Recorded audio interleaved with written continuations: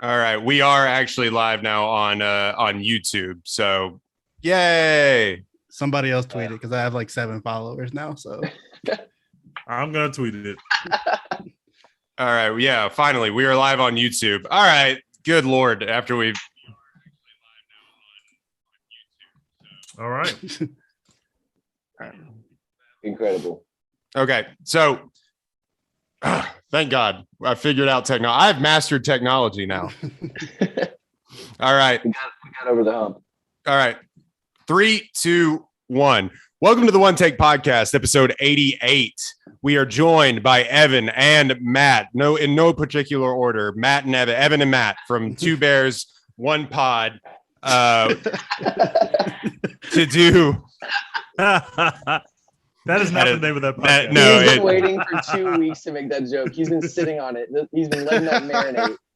No, it is between two bears to do this episode. And you know what happens when you actually Google between two bears and look at image searches? I hope you don't do that. What?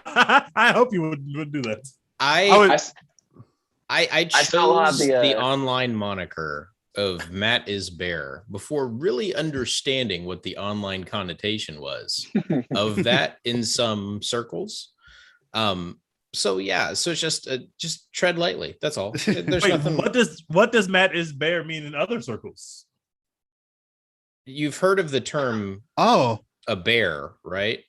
Yes. Okay. No, like in like homosexual circles. I mean, just look at the screen. Wait, what is a? I guess I don't know the. This is a perfect conversation to have. When I asked that question, you should have said no. I don't know what a Matt or a bear is in the homosexual lingo. A Matt is just a really good-looking guy. Okay, got it. This is really handsome dude. A bear is usually, from my understanding, please somebody correct me if I'm wrong, but just a large, hairy, like homosexual man. Just a big old bear of a man. And you just heard this. This is just like something you just like heard around. It's just brand just organically. Yeah, exactly.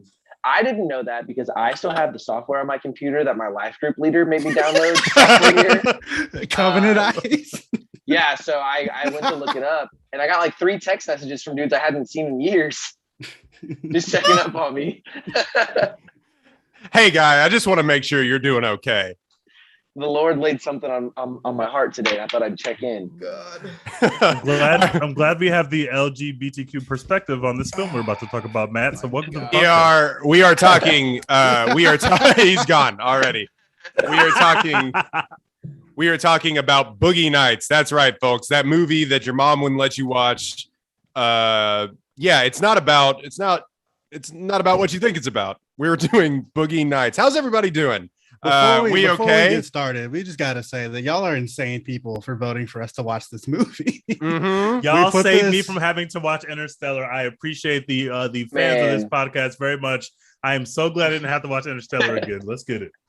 Yeah, fuck Interstellar, but like y'all are absolutely wild for voting for us to talk about Boogie Nights with the bros. On purpose, with purpose, they voted for that. Like, I think it blew out the rest of the competition. I had 3 other options, and y'all chose this. Like, y'all, this is what y'all get. Whatever. That just means y'all have amazing taste. Good job, guys. And I would like.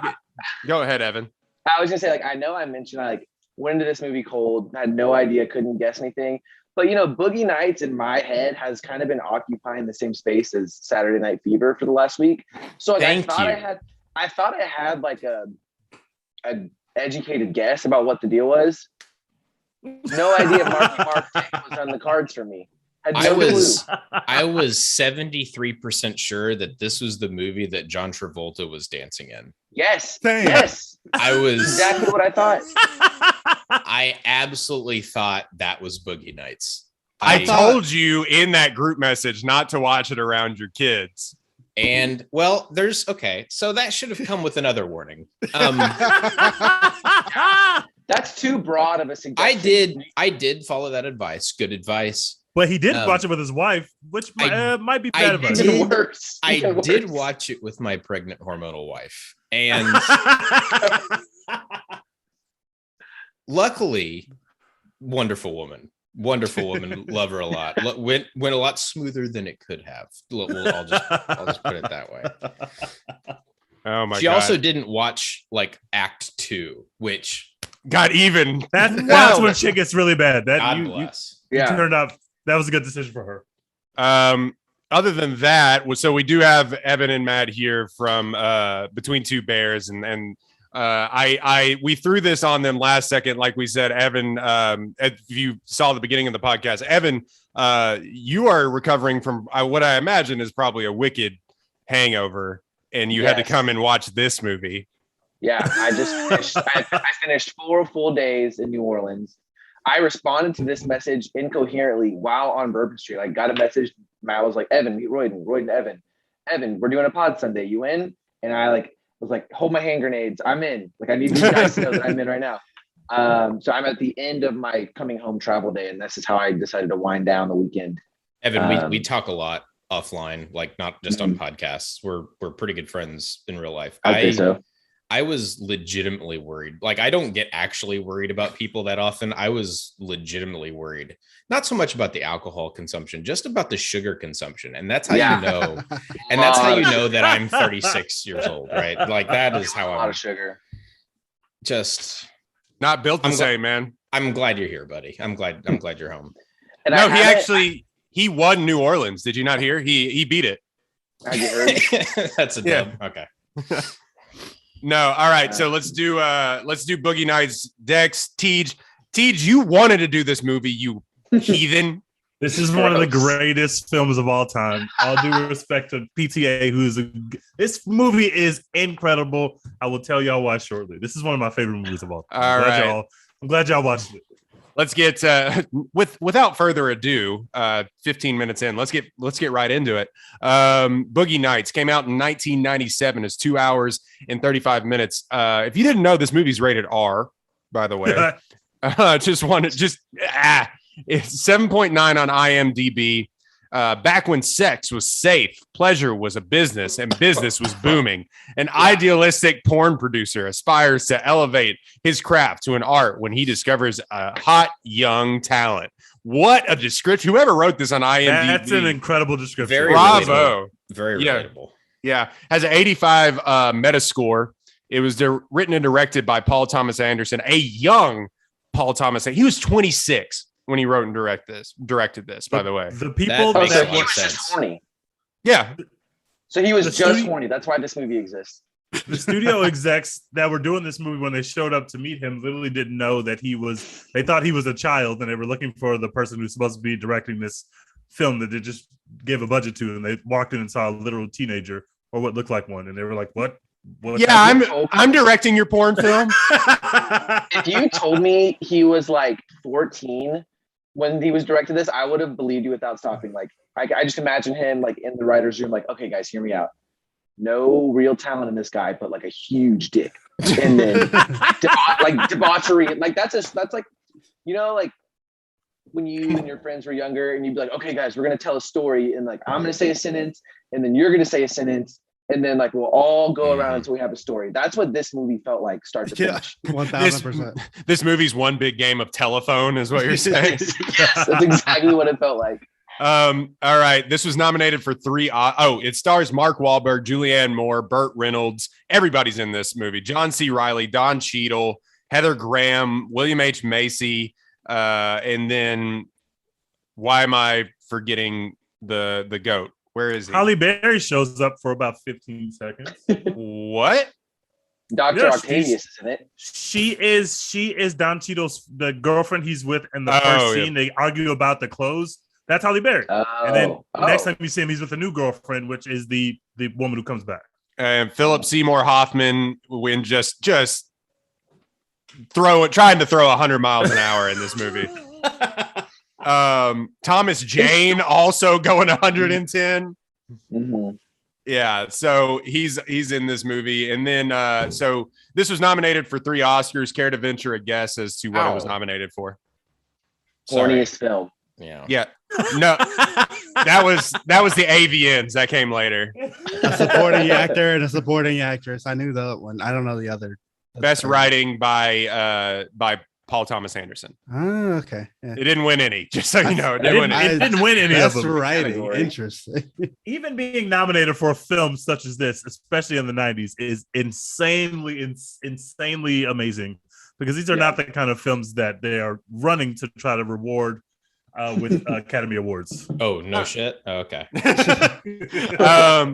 It was a budget of $15 million, all of which went to Burt Reynolds and fake penises. Yeah. Burt Reynolds and cocaine. That was the budget. The cocaine Reynolds budget and on this cocaine. film, insane. I've never seen so much cocaine done in a movie. Holy shit. It made a worldwide gross of 43 million, which I can, like it wasn't gonna break the box office.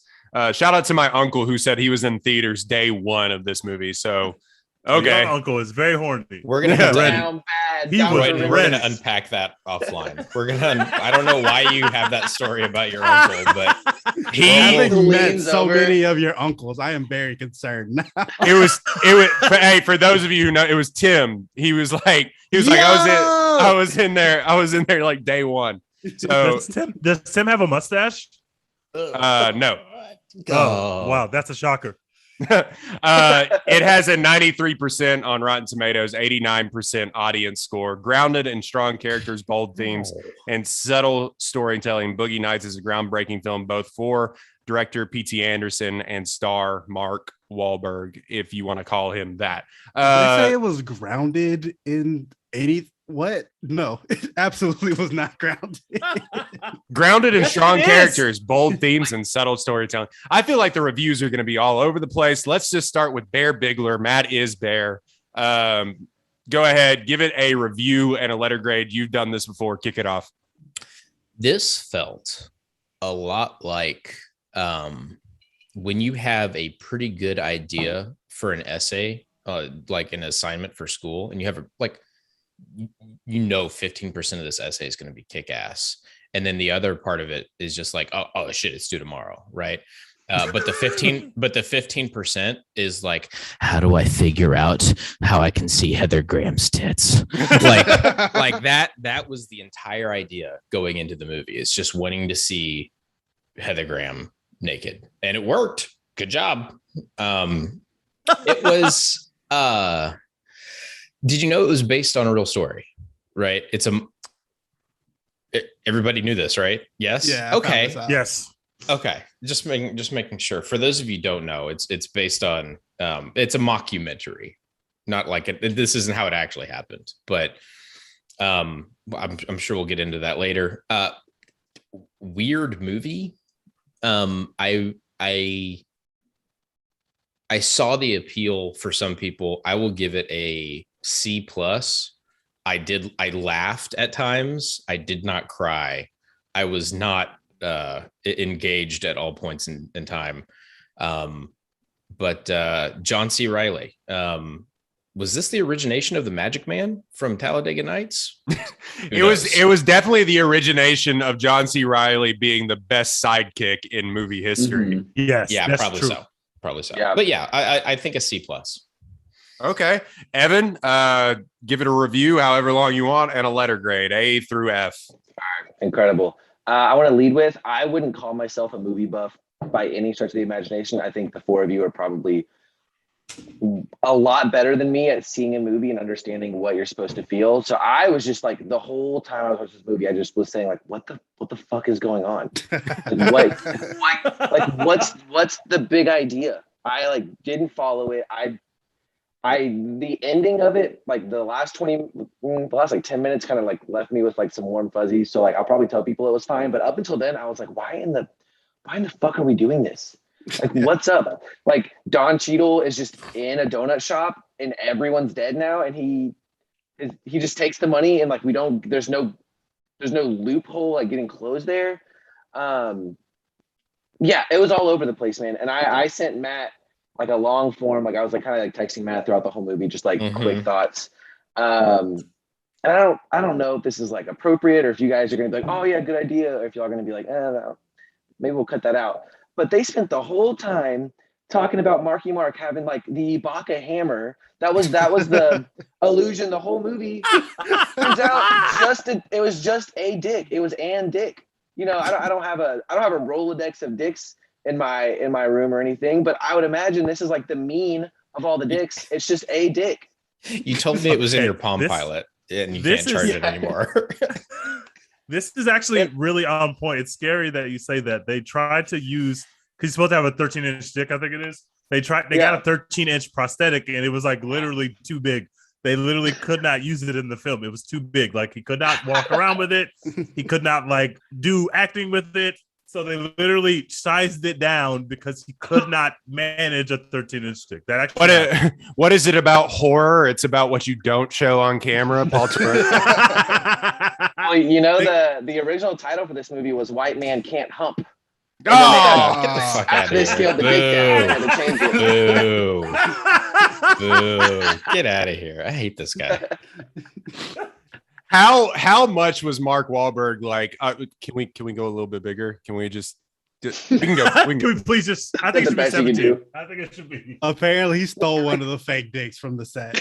I would have. I would have been like, you know what? I'm taking something home with me. It's better be that dick. Pause. And like I'm not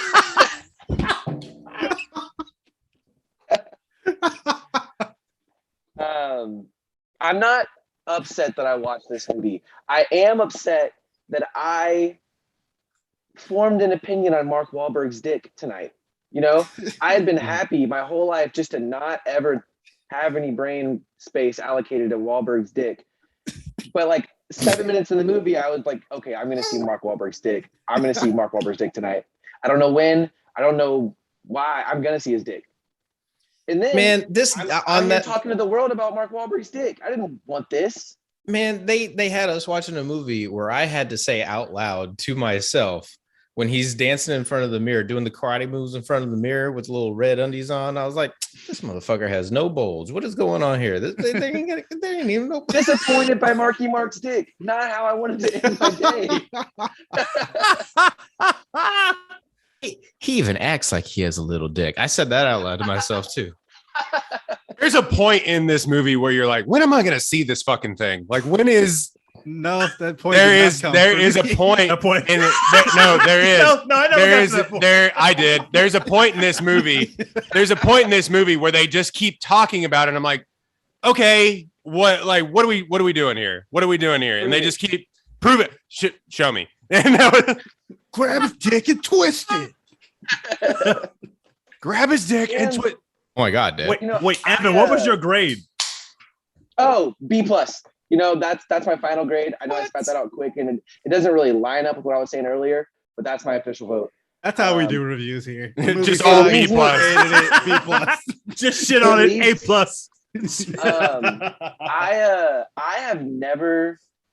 I've never bought sex before. I want to get that out of the way first.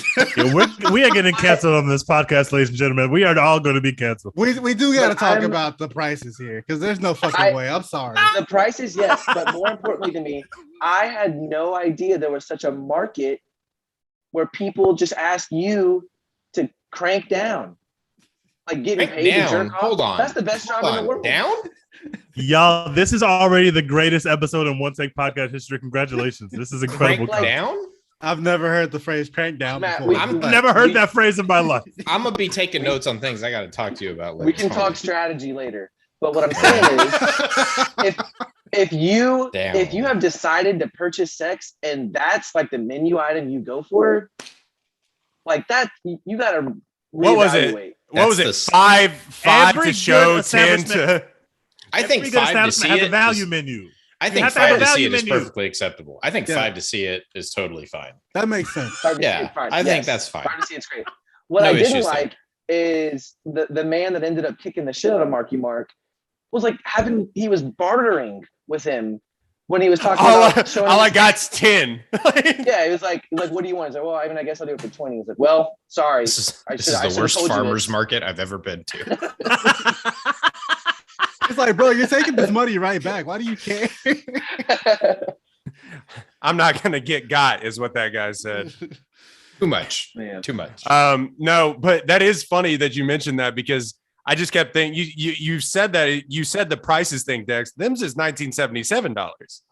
Facts. Like Adjusted for inflation. Yeah. Adjusting That's for too inflation, that's a whole $15.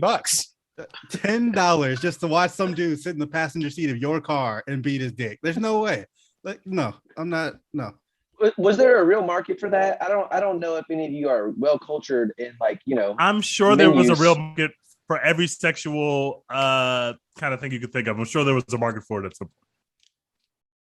Just a $10, very like- specific thing. $10 is a month of OnlyFans. Like, you know, like Yeah.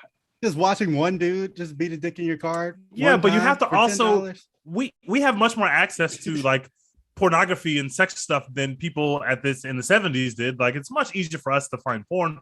So maybe you would pay somebody $10 to watch them crank the hog when you can't just log on to Google and watch somebody crank the hog if that's what you want to see. That's fair. But also, like, this random kid who works at a bar, like, nah, fam. Like, I don't want to know how the word of mouth marketing works on this. Like, Guys, he's not a random kid that works at a bar. He's the LeBron James of sex. Everybody would pay this.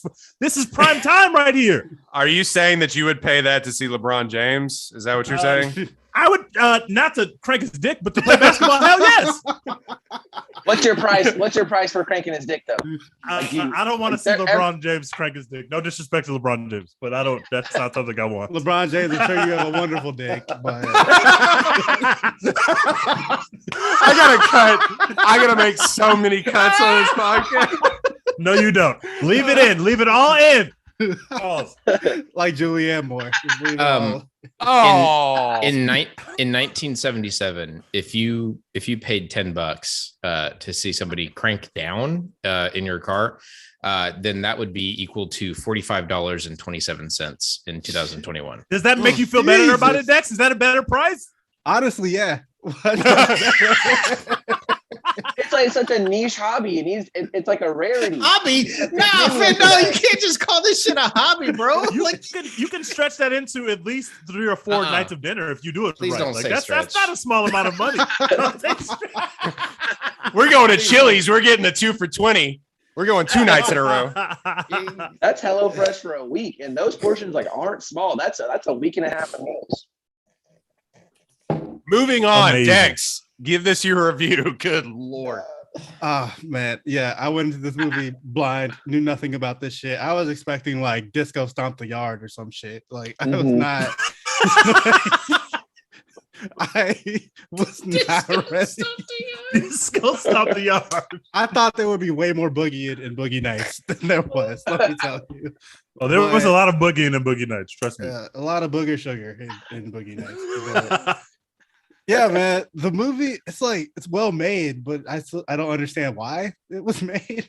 Is what I keep coming back to, and I don't feel like I learned anything, except maybe that life as a porn star in the 70s was harder than it looked.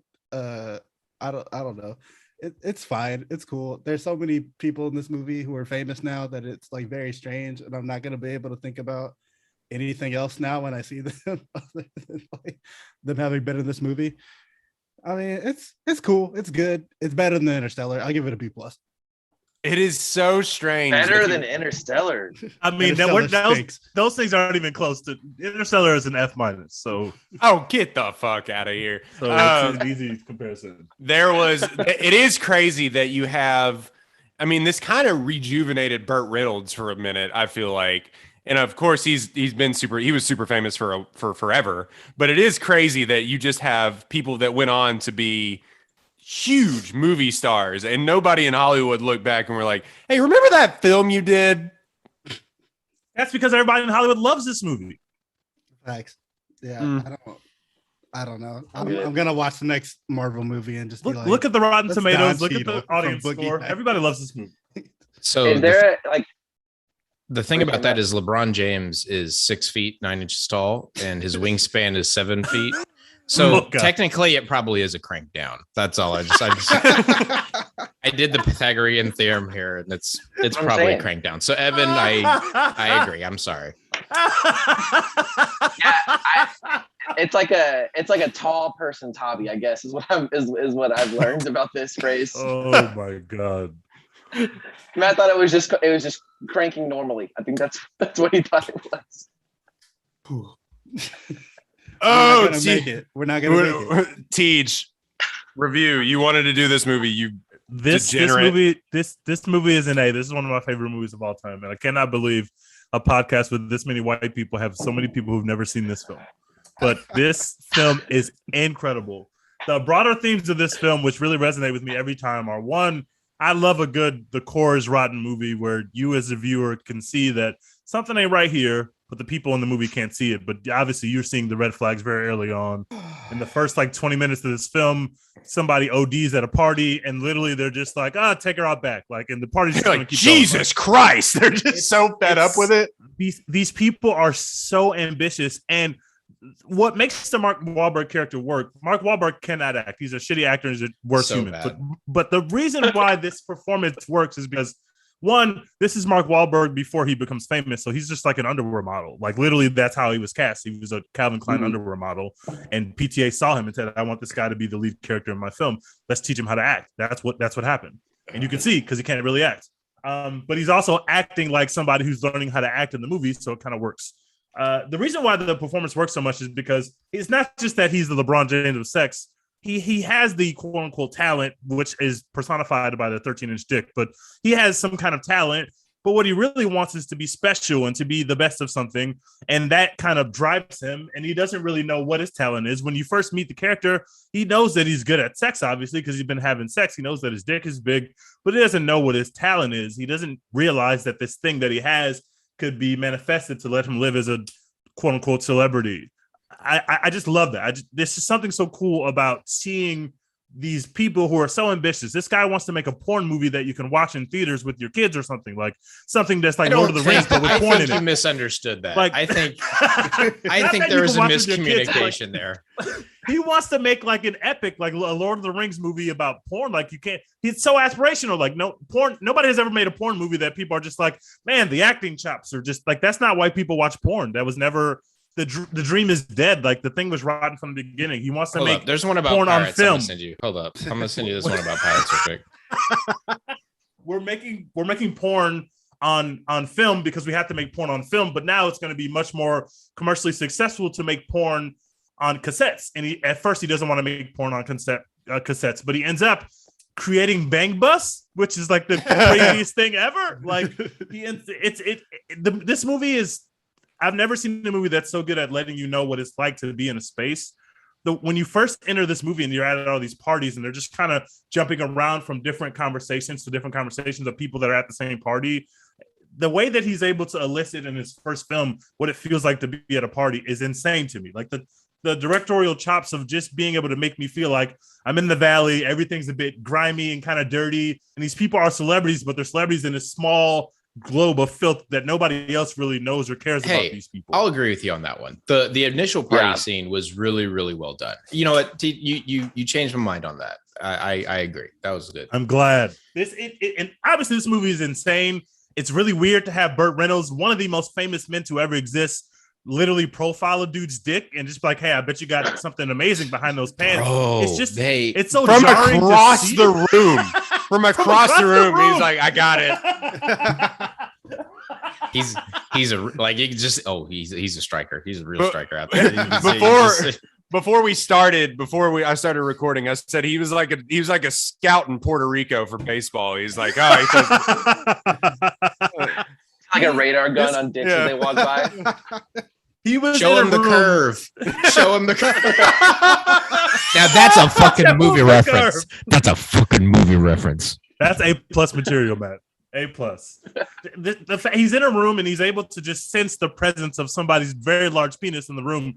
And that would be weird in itself, written on paper. But the person that's playing this part is literally Burt Reynolds. This is one of the most famous, most gorgeous, biggest action heroes from that era ever. And then all of a sudden he's playing a wonky porn agent who can spot a big dick from around the corner. It's just the coolest, weirdest movie ever. I enjoy it. I'm giving it an A. Every time I watch this movie, I learn more stuff about it that I like. Long live PTA and his vision. It's a weird movie. It's disgusting and it's perfect. I mean, yeah, he is Smokey and the Bandit, but he also did shit like, you know, he was in stuff like Best Little Whorehouse in Texas. Like That's true. Burt Reynolds has always kind of done these interesting movies for the guy that is one of the most famous like people on the planet, or was one of the most famous. R.I.P. Big R.I.P. But R.I.P. to Burt Reynolds. He I give this movie an A- because Paul Thomas Anderson cast a person who has hate crimes on his record in this movie. So and then it felt good to see hate him get the crime shit kicked out of him. And then a hate crime happened to him. In a hate crime. yeah. That felt good to see. I enjoyed that part. Probably the third most of the whole movie.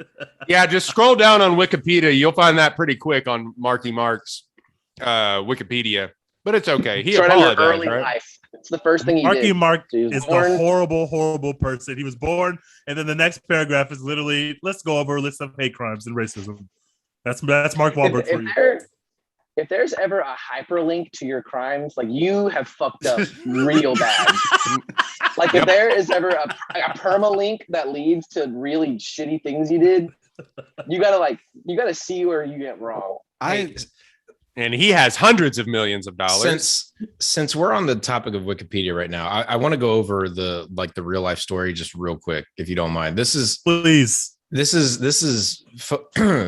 mockumentary about the story of John Holmes, who was an adult video star. I'm just going to pick my favorite parts from this Wikipedia page real quick. Oh, God. Better known as John C. Holmes, and literally nothing could prepare me for the next part here. Or Johnny Wad with 2 D's. Oh, no. That's a worse nickname than Dirk Diggler, by the way. That's much worse than Dirk Diggler. So much worse. I would kill a man for the second paragraph of my Wikipedia entry to be Holmes was best known for his exceptionally large penis. And then they describe that shit. Which was heavily promoted for its size, rigidity, and purported endurance. This is rigidity. It goes crazy. The fifth subheader, the link to the fifth subheader is literally just penis size. And the seventh one is Holmes mythology. So go read that if you want to. I'm going to go through some of his other names just because that's where I want to leave Sherlock mythology. Like that doesn't link. Okay. Big John Phallus. With an F. Big John, of course. With an F? With an F. John Phallus with an F. So good. As if Johnny Wad wasn't bad enough, Johnny the Wad is somehow better. The Duke of Wad. Oh, the Duke of Wad. And the last one, I'm sorry. Wadzilla. I'm not making this up. Yo, that might be the best one. Wadzilla. I'm changing my grade of this film to an A+ based on this information. And then the Wikipedia page doesn't even get to like him being suspected of like horrific murders that happened. Like, there's a whole other movie about that. Hey, this is insane.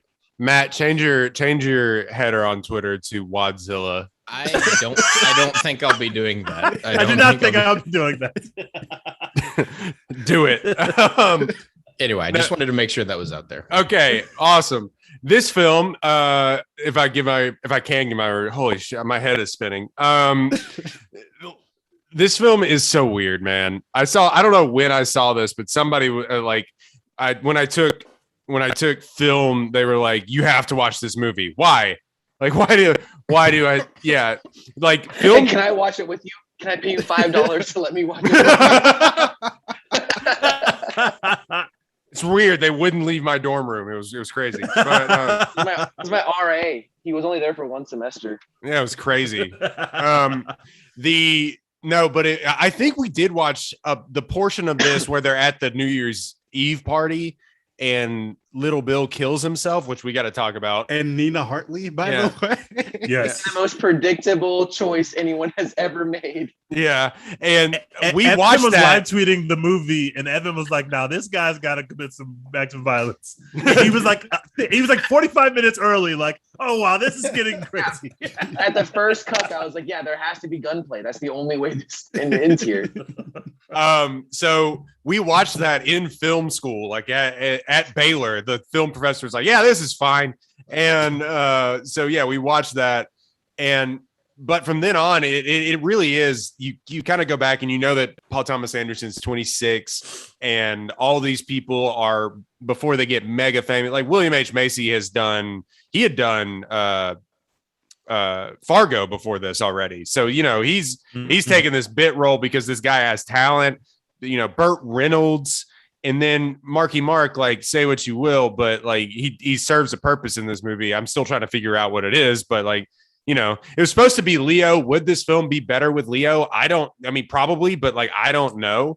It is better with Leo, but it's different. But it is different because you're supposed to believe that this kid is an idiot. Like he's naive.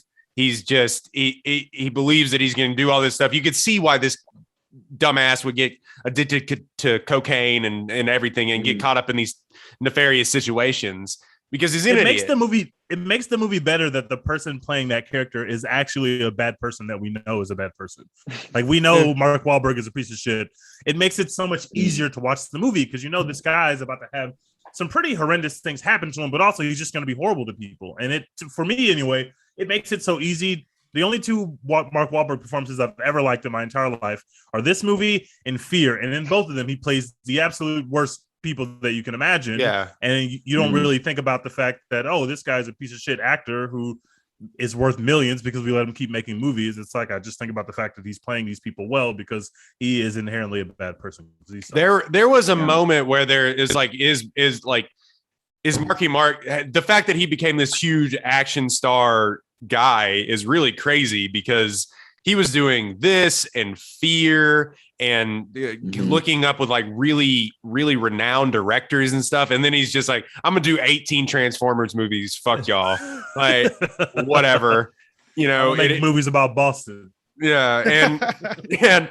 And he's produced some great projects and everything else, but also he is a big piece of shit. So like it is, and not even allegedly, that's common knowledge. Like, literally, it's open source knowledge. Yeah.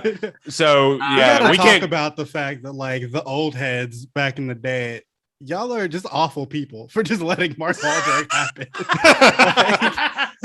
like we talk about like cancel culture and the woke mob and all of this, but like at the end of the day, what it boils down to is that y'all were bad people who were just willing to let bad people get away with things and make a lot of money, and you didn't care about that. And I feel like that says more about you than it does about us. That's all I'm saying.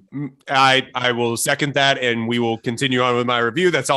Everything's true. I think that this plays out shockingly like a parody, which I know is probably what he was going for, but like some of the comedy bits and the back and forth dialogue that we've seen from directors of this time is right on par. And I feel like Paul Thomas Anderson kind of highlighted that and really was one of the first like starting that, including the guy that did Ocean's 11 and why am I forgetting his name right now? Soderbergh, Steven Soderbergh. Yeah. So he and Soderbergh and people of this ilk, like it just, you can see the vision in this movie, but it also is one of the first movies that I had seen where it was like, hey, not everything's sunshine and roses. There's some dark, seedy shit going on in the in the middle of this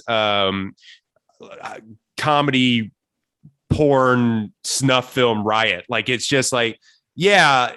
There's funny lines around when people are doing cocaine and overdosing, where it's like, yeah, you think you could get some better shit? He's like, this is like the 5th time this happened, and that's insane. That in itself is a very, it's funny in the movie, but it's also just like, oh shit. Like they're just has dragging no regard for the lives of people. Like he's just giving people stuff that he literally knows are causing people to OD. He's just like, I'm gonna use this shit tomorrow. Yeah. There's that the producer character who is a pedophile. There's just like there's just like prostitution and murders and just everything but in the periphery of this is where it's framed in this weird device of something that America still hasn't come to grasp with is pornography. And we still are like fighting to like, what does this mean in our society, and what place does this hold in America, no less, in the film industry, in workers? It is a weird framing device, and somehow it works, and I don't know how, and I'm still trying to fucking figure it out. But go ahead. Are you trying to say that Boogie Nights is Nomadland for the porn industry? Yeah. No. I think you made a really good point about America's dealing with pornography just now. I do want to point out that you said when you were introducing pornography, you said "come to grasp," and I blacked out for 10 seconds. Nosebleed, just like cross-eyed. I just want to point out that I love this podcast because Roy and Ortiz will always come in with some like very smart shit to say about movies, and I just get to be like, dicks. And we all laugh because it's never like dicks and ass and balls and shit. It's never shit and piss and farting is never not funny. But like it's you were on a roll there. Yeah. Yeah, that's a bar.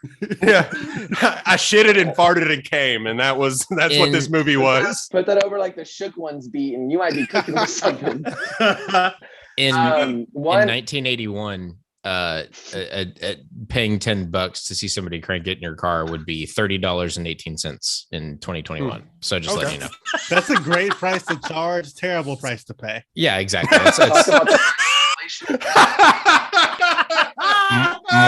Market efficiency. I think that's what we say. That's what we say about this podcast. It's great to charge. Horrible price for you to pay. You guys are considering that this is the LeBron James of porn. That he's going to have an upcharge. They might not pay us $30 to watch us crank it, but this is LeBron James, so it's different. He reset the market. Yes, he was getting $10 before he was discovered, and then year 19, LeBron James is still getting paid $10. Yeah, that's where we fucked up. That's where we fucked up. Tax free. He's playing in Texas. He came to the Rockets. You keep saying ruined the word "came." You keep saying the LeBron of sex. I'm imagining like a "We Are All Witnesses" like billboard with him. Just like cranking down over Cleveland. He's got his hands on like some tits on the right hand and like an ass on the left hand. He's holding his hands out like LeBron. Oh my God, Jesus, save us! I really like what Royden said about the tone of the movie. Doesn't really like the music and the like the jokes and stuff. Like they're totally off the tone because the tone of the movie is so upbeat, but what's happening in the movie is so like you're like, whoa, there's some crazy shit happening in this movie, and then the score kind of matches the tone. But for the first hour and a half of the movie, the score is incredible. You're hearing incredible music that's really upbeat, and it really feels like you're having a good time, even though you know that the things that you're watching on the screen are like, oh, this shit is getting actually super dark. But now we're back at a party, everybody's doing coke, everybody's happy again, even though we just saw someone commit suicide. Like the way that the ability he has to put you in that space where you're listening to the music, you're having a good time, and then all of a sudden shit starts to get very bad, and the score kind of shifts right around the scene where they do the fake bang bus, and the kind of score shift, and it's so haunting. It's the same time that the Mark Wahlberg hate crime is happening on the other side of town. The way that the movie just kind of morphs into this thing, which you all see coming, obviously, it's just fantastic filmmaking in my opinion. I love it every time. There is. I do. Go ahead, Evan. You were going to say something so much smarter than me. I'll let you go first. No, I mean, it really isn't. But I was just saying there is a moment in this movie where he really starts getting addicted to cocaine, and Thomas Jane comes in. Is like, fuck yeah. Like that. He just starts coming in and just like, yeah, I'm here.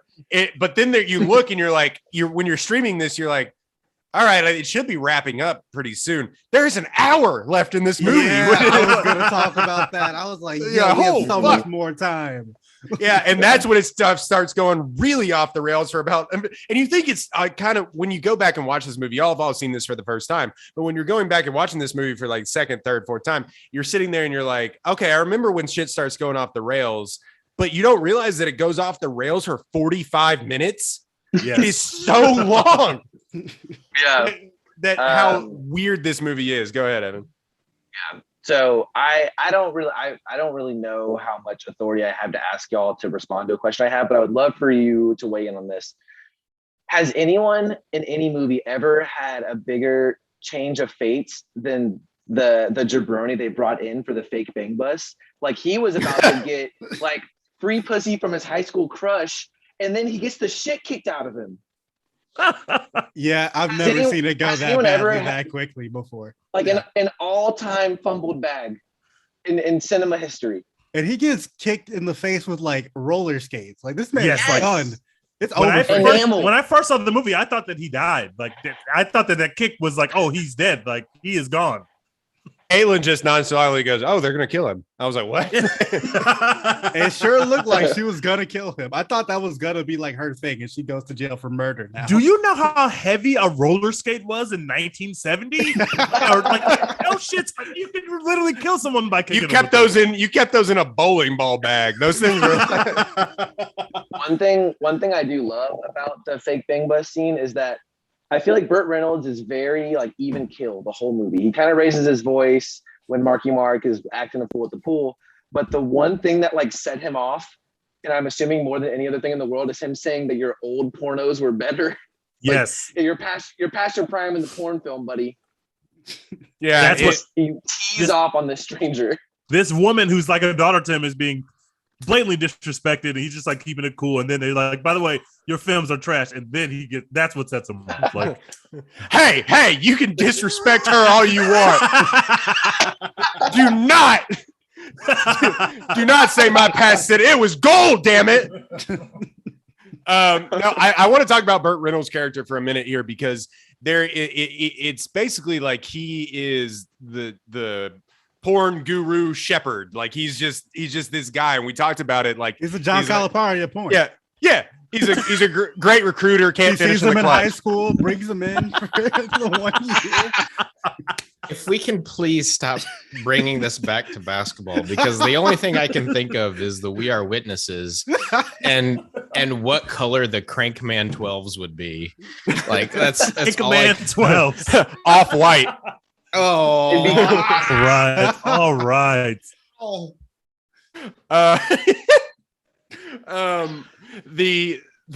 You bring in, good Lord, you bring in Burt Reynolds. Digglers. The Digglers? Got the Digglers on.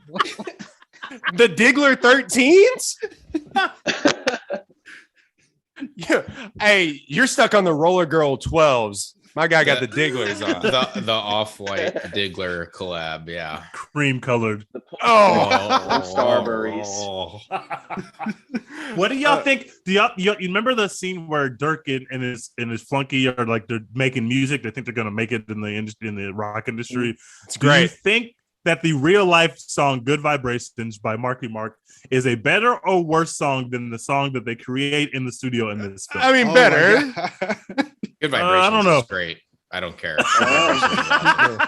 It's so good. It's a Good reasonable Vibrations question. is so bad. Mark Wahlberg is ashamed of it. Literally, when they ask him about that song in interviews, it's his only good song. Mad. He gets mad. He's very ashamed of his musical past. He's extremely ashamed. If that's the worst thing people are asking Mark Wahlberg about in interviews, he should be grateful. Let's just say that's what I said. You literally committed hate crimes. You should be fine with this stupid song that you made. That is a weird thing to be the one thing you're most ashamed of. Yes, that's what you're mad at. Hey, look, we've all done shit in our past, but do not talk to me about Good Vibrations. Do you think Mark Wahlberg asked for creative direction on the hate crime scene? Like, yeah, and then you should do this to him. Oh my god! Wait, let me show you how it really went down. He's butchering. We wrote the dialogue. Also, I just can't believe that these dudes just ride around in LA at night just looking for random gay prostitutes that they can beat up. Like, oh man, what an elaborate scheme. Aren't you supposed to believe that the guy who is soliciting the sex act and maybe the friends as well are like closeted gay people? I always think that's the tone of the scene, like, because the guy seems to be enjoying it when it's happening. He's like, and then see the necklace he had on? Yeah. No, yes, like. Was he wearing a puka shell necklace? Yes, he was wearing a puka shell necklace. Everyone in 2003 is like, hey. And like, isn't that when puka shells like hit the scene? Yeah. Like, hit the scene.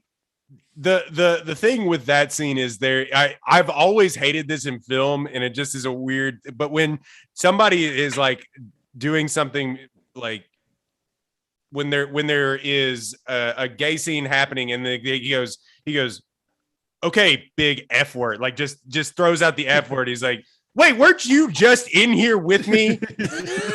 Yeah, like literally.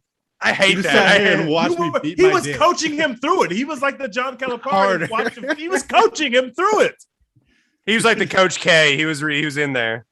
I think when those guys were like plotting what they were gonna do, he was like, okay, if no one wants to be the guy in the truck, I'll do it yet again for the 11th time in a row. It's gotta Again. be me. Twist my arm.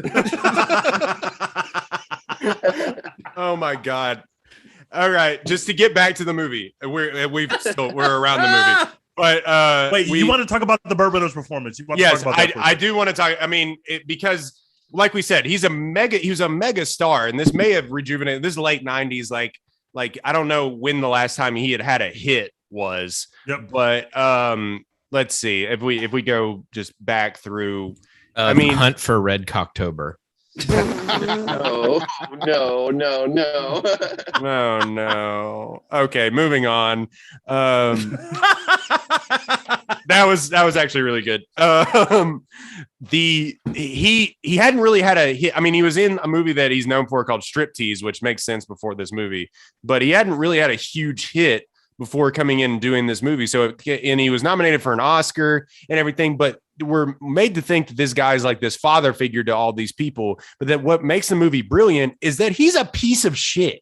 He's absolutely not in it for these people. Big time asshole piece of shit who, one, pried a mother away basically from her kid, who, two, found two 17-year-olds. By the way, he's 17 when he starts this movie, and the other girl's like taking her SATs in high school. So like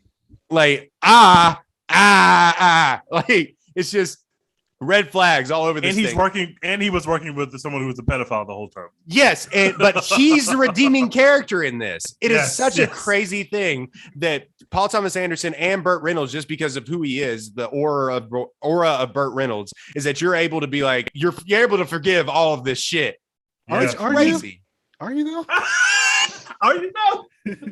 Burt Reynolds was in a movie called Stroker Ace in 1983. Oh, Just God. saying. Just saying. That was foreshadowing. I need y'all to know that about 10 seconds ago, I found out that Burt Reynolds is dead. I thought he was still among us. I thought he was still with us. Yeah, I definitely didn't realize. I had a Teach Bob Ross moment, like when y'all mentioned him being dead earlier in the podcast. I'm sorry for your loss, guys. If we need to have a moment of silence, we can. But yes, Burt Reynolds died, I think last year, right? Well, a couple of years ago, I think. 2018. Yeah.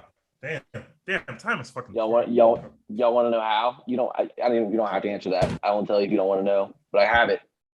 I would love to know how. Yes. All right. Heart attack. Damn. Heart attack. I was like reading the Wikipedia thing, like waiting for it to be like, What is happening? Like, here's what happened, and it just says heart attack. What is happening? The game cold. Heart attacks. I thought he was like got eaten by an alligator in Florida or something, because that's where he lived. And Autoerotic asphyxiation or He something. literally gave us a pregnant pause first. He gave us the pause of like, it's gonna be good, guys. He's like, oh, heart attack. Oh. Heart attack. I was Number one learning killer in when I told America. you. I saw that there was like a death hyperlink, so I asked y'all before I clicked it. So we were all let down there. surprise, heart attack. Well, normally, yeah. Yeah. Oh man. All right. Like, what we also have to talk about this. Mark Wahlberg is not good in this movie, and some of that is on purpose. But what do we think about the scene? Disagree. He's not good. He's not good. He's not a good actor in this movie. I could not disagree more. he is a bad actor, but he spends half the movie playing somebody who's acting for the first time. I literally don't think anybody else could play this role. When he is literally like being confronted by his mom, and he's like, "You don't know me. You don't know my life. God. I'm gonna be famous." That was one of the worst scenes I've ever seen. Unwashed ass. But I gotta say, he was better than the mom in that scene. The mom was awful. Oh my God! Where did they find that actress? That is exactly what I like expect, like the conversations in white households to look like, though. Like I assume that's what all of y'all look like when y'all are angry with your mothers. Mom, don't talk to me like that. God damn it, Stacy! I'm gonna be something. You know why 8-year-olds talk to their moms like that is because they have little dicks, and that he is not playing the role of someone with a big dick. That's all I'm saying. He plays a character with very little dick energy the entire movie. Do y'all read that scene as the mom wants to fuck her son? Where did you come up with that? No. Why is that even a question? If you Google this, there are people that believe. Why did you Google based that? on the scene? No. I Googled it because when I first saw the scene, that's my first thought. I was like, the mom is weird about the son. Marky Mark, people fuck mom in Boogie Nights? Question mark? Google it. It is Rule a thing. 34? I think the scene is intentionally created to make you think that the mom has some weird sexual attraction to the son. I think that's what happens in the scene. There is a weird. It's weird, guys. Rewatch. I'm telling you. She is waiting up for him at 5 a.m. with like a cigarette. Like, where have you been? She's angry. She's angry that he's having sex, but she's not angry that he's having sex because he's too young. She's angry. She's like literally slandering the girlfriend. Yeah. She was like, so we don't smoke mid in this house. Girl. What kind of mom goes around asking about rumors of your son's girlfriend? He's fucking 16. They're not gonna get married. Why are you asking around town about this girl? I mean, if your child's dating someone, you wouldn't want the scoop. Your child is like skipping school to work at a car wash at a bar, like, and being scouted for porn. You're gonna ask some questions. Like, first of all, lady, you have the coolest son in the world. You should embrace this a little more. Your son rules, lady. How long do you think it took for her to realize that Dolph Diggler exists and is her son? By the way, was her son. Dolph Diggler? Yeah. His name is Dirk. Dolph. Dolph Diggler sounds even more racist. And young Wahlberg is already racist. Young Dolph Diggler. And like to what Dex is saying though, like I've never been to a Skin Flicks place. Like I've never gone and purchased a ticket. But I would imagine if I'm a grown person and I go there, I'm not asking myself like, oh, like I wonder if my son's gonna be in this. Like she was probably the most shocked any person had ever been, because she like mothers bathe their sons when they're younger. Like she knew what her son was working with. Oh my God! Like, there was no mystery. She knew what her son was working with. I'm sure she's heard the rumors. Well, like, you share a house together. You're his mother. All right, moving on. Who made this point? I think it was Evan. Was like, how publicized was? You said how publicized was the Porter Rooney? And I was a like, superstar. And it, like, the way they filmed it was like he was like doing like the late night show. Like he was a regular famous person. That's a really amazing question. So PTA saw a fake like news story. It was like meant to be sexy, but it was like a fake news story about a porn star, and he literally built that scene around this thing that he saw. But this person is not famous, and like it's not like when you see him on doing these things, you should think that he's famous, like he's on Johnny Carson. Like he's famous, but he's famous in the porn industry, which is extremely small and really just in the valley, because it's not like everybody has Pornhub. Like he's well known in this very tiny industry where most people don't know the names of any porn stars, let alone like one specific porn star. So like it's like small scale. Also, his 600 porn stars list in 1970. Yes. And that tweet thread was just like they were mailing their friends like their top 10 favorite porn stars. Yeah, they couldn't tweet it, so they just sent a friend like a written version of the top 1,000 porn stars they saw on 35 they hung it in films the town square. Writing a letter to your friend. Put it on a legal pad and put it at the farmer's market.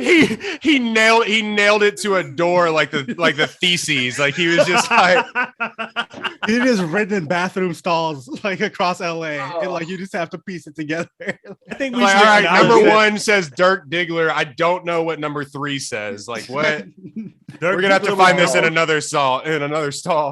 Dirk Diggler Can was we all number one in agree the that- BCS poll for like a 10 years straight. Like he was amazing.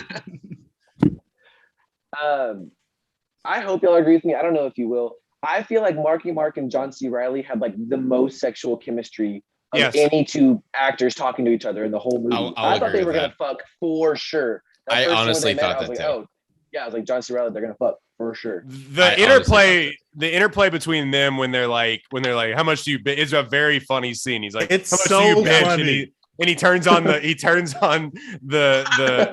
the blender and he's like, what? Huh? Oh, when he asked him the second question, he goes, and Mark Wahlberg goes, "Oh, you answer first." It's so funny to me every time because it's like John C. Reilly is a meat peeper, bro. He's literally just like this dude came in. He's a little hotter than I am. He's a little bit more in shape than I am. Like I got to figure out what this guy's working with. And eventually he realizes, oh, you got 13-inch dick. I'm gonna be the sidekick now. Like John C. Reilly. immediately he's like, I'm Scottie Pippen. I know my role in this team now. I'm totally good. John C. Reilly is the Darius Miles to his LeBron. I thought he was coming to fuck with me. If John C. Reilly could have been more like Ricky Davis, who thought LeBron James was coming to town to help Ricky Davis play basketball. That's what I'm saying. I thought he was coming to crank down with me. I also love the interplay when the new porn they like start recruiting the new guy, and the way Mark Wahlberg is so he just like immediately shuts this guy off, just like I don't give a fuck about this guy. This guy is my ops immediately. Like I'm better than you. My dick's bigger than you. It was like Jalen Hurts and Tua in Alabama. yeah, they drafted him, and immediately it was Aaron Rodgers versus the Jordan Love. Jordan Brett Love, Favre. like Brett Favre, Aaron Rodgers. Let's Tale not as bring old Brett, as time. Let us not bring Brett Favre into this particular conversation. No. please. Are there any stories about Brett Favre's dick that I don't know about? Yeah. Hey, fill us in. What happened with Brett Favre and his dick? Let's not say fill us in, but yeah, that's fine. Are you trying to tell me that only like 3 people on this podcast knew Burt Reynolds was dead, but everybody in this podcast knew the Knew Brett about Favre's Brett dick Favre. story? I mean, yeah. Yeah. What Dex said, what is more important? Stories. I follow the sports. Like I don't know what to tell you. I know the RG3 dick story too. Like, Oh God. Both very famous for low budget films. Oh no. Oh, that is really good. No. That's insanely good. Oh Jesus. can we talk about Julianne Oh, Moore my in this God. movie and how fucking disturbing that character was? Oh, It disturbing. is Okay. a very And very all like the other I thought- thing. Okay, But- I thought we were yeah. going a different direction. it is I a was not very disturbed. it is a really interesting like character and stuff, but like how she's written, but it is like it's a heartbreaking and just weird character too, because obviously she like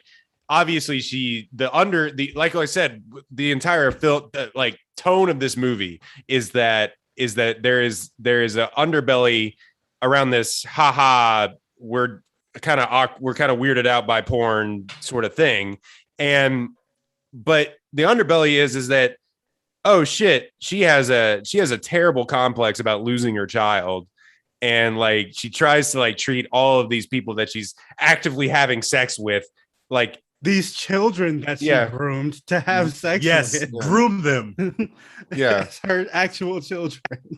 including grooming them Um, by actually fucking them. And Burt Reynolds is like, I guess, dating this woman, but is literally totally divorced from every single one of her problems. He's not around when she's dealing with the son stuff. He's not around when she's snorting lines in the room with the other. Like, he's just totally like on the other side of the house and does not care about her struggles at all. Like, it's insane. This is probably the horniest thing I'll say on this podcast. no it isn't. Well, yeah, it's top 5. I'm so mad at myself for thinking that Heather Graham is hot my whole life and never knowing that there's a movie. God. Right. It was there the whole time, bro. I was mad as You know how shit. much I watched Austin Powers as a kid? like a lot of Austin Powers just for Heather Graham. She's in Scrubs. I've seen that episode probably 40 times. Hangover movies. Handshake, man. Yeah. Like, yes, I extremely mad. All that took was And there's one a Google bunch of search. people- You only have to blame yourselves. I don't have the I've attention never span. been down bad enough to do Heather Graham boobs. I don't have the attention span.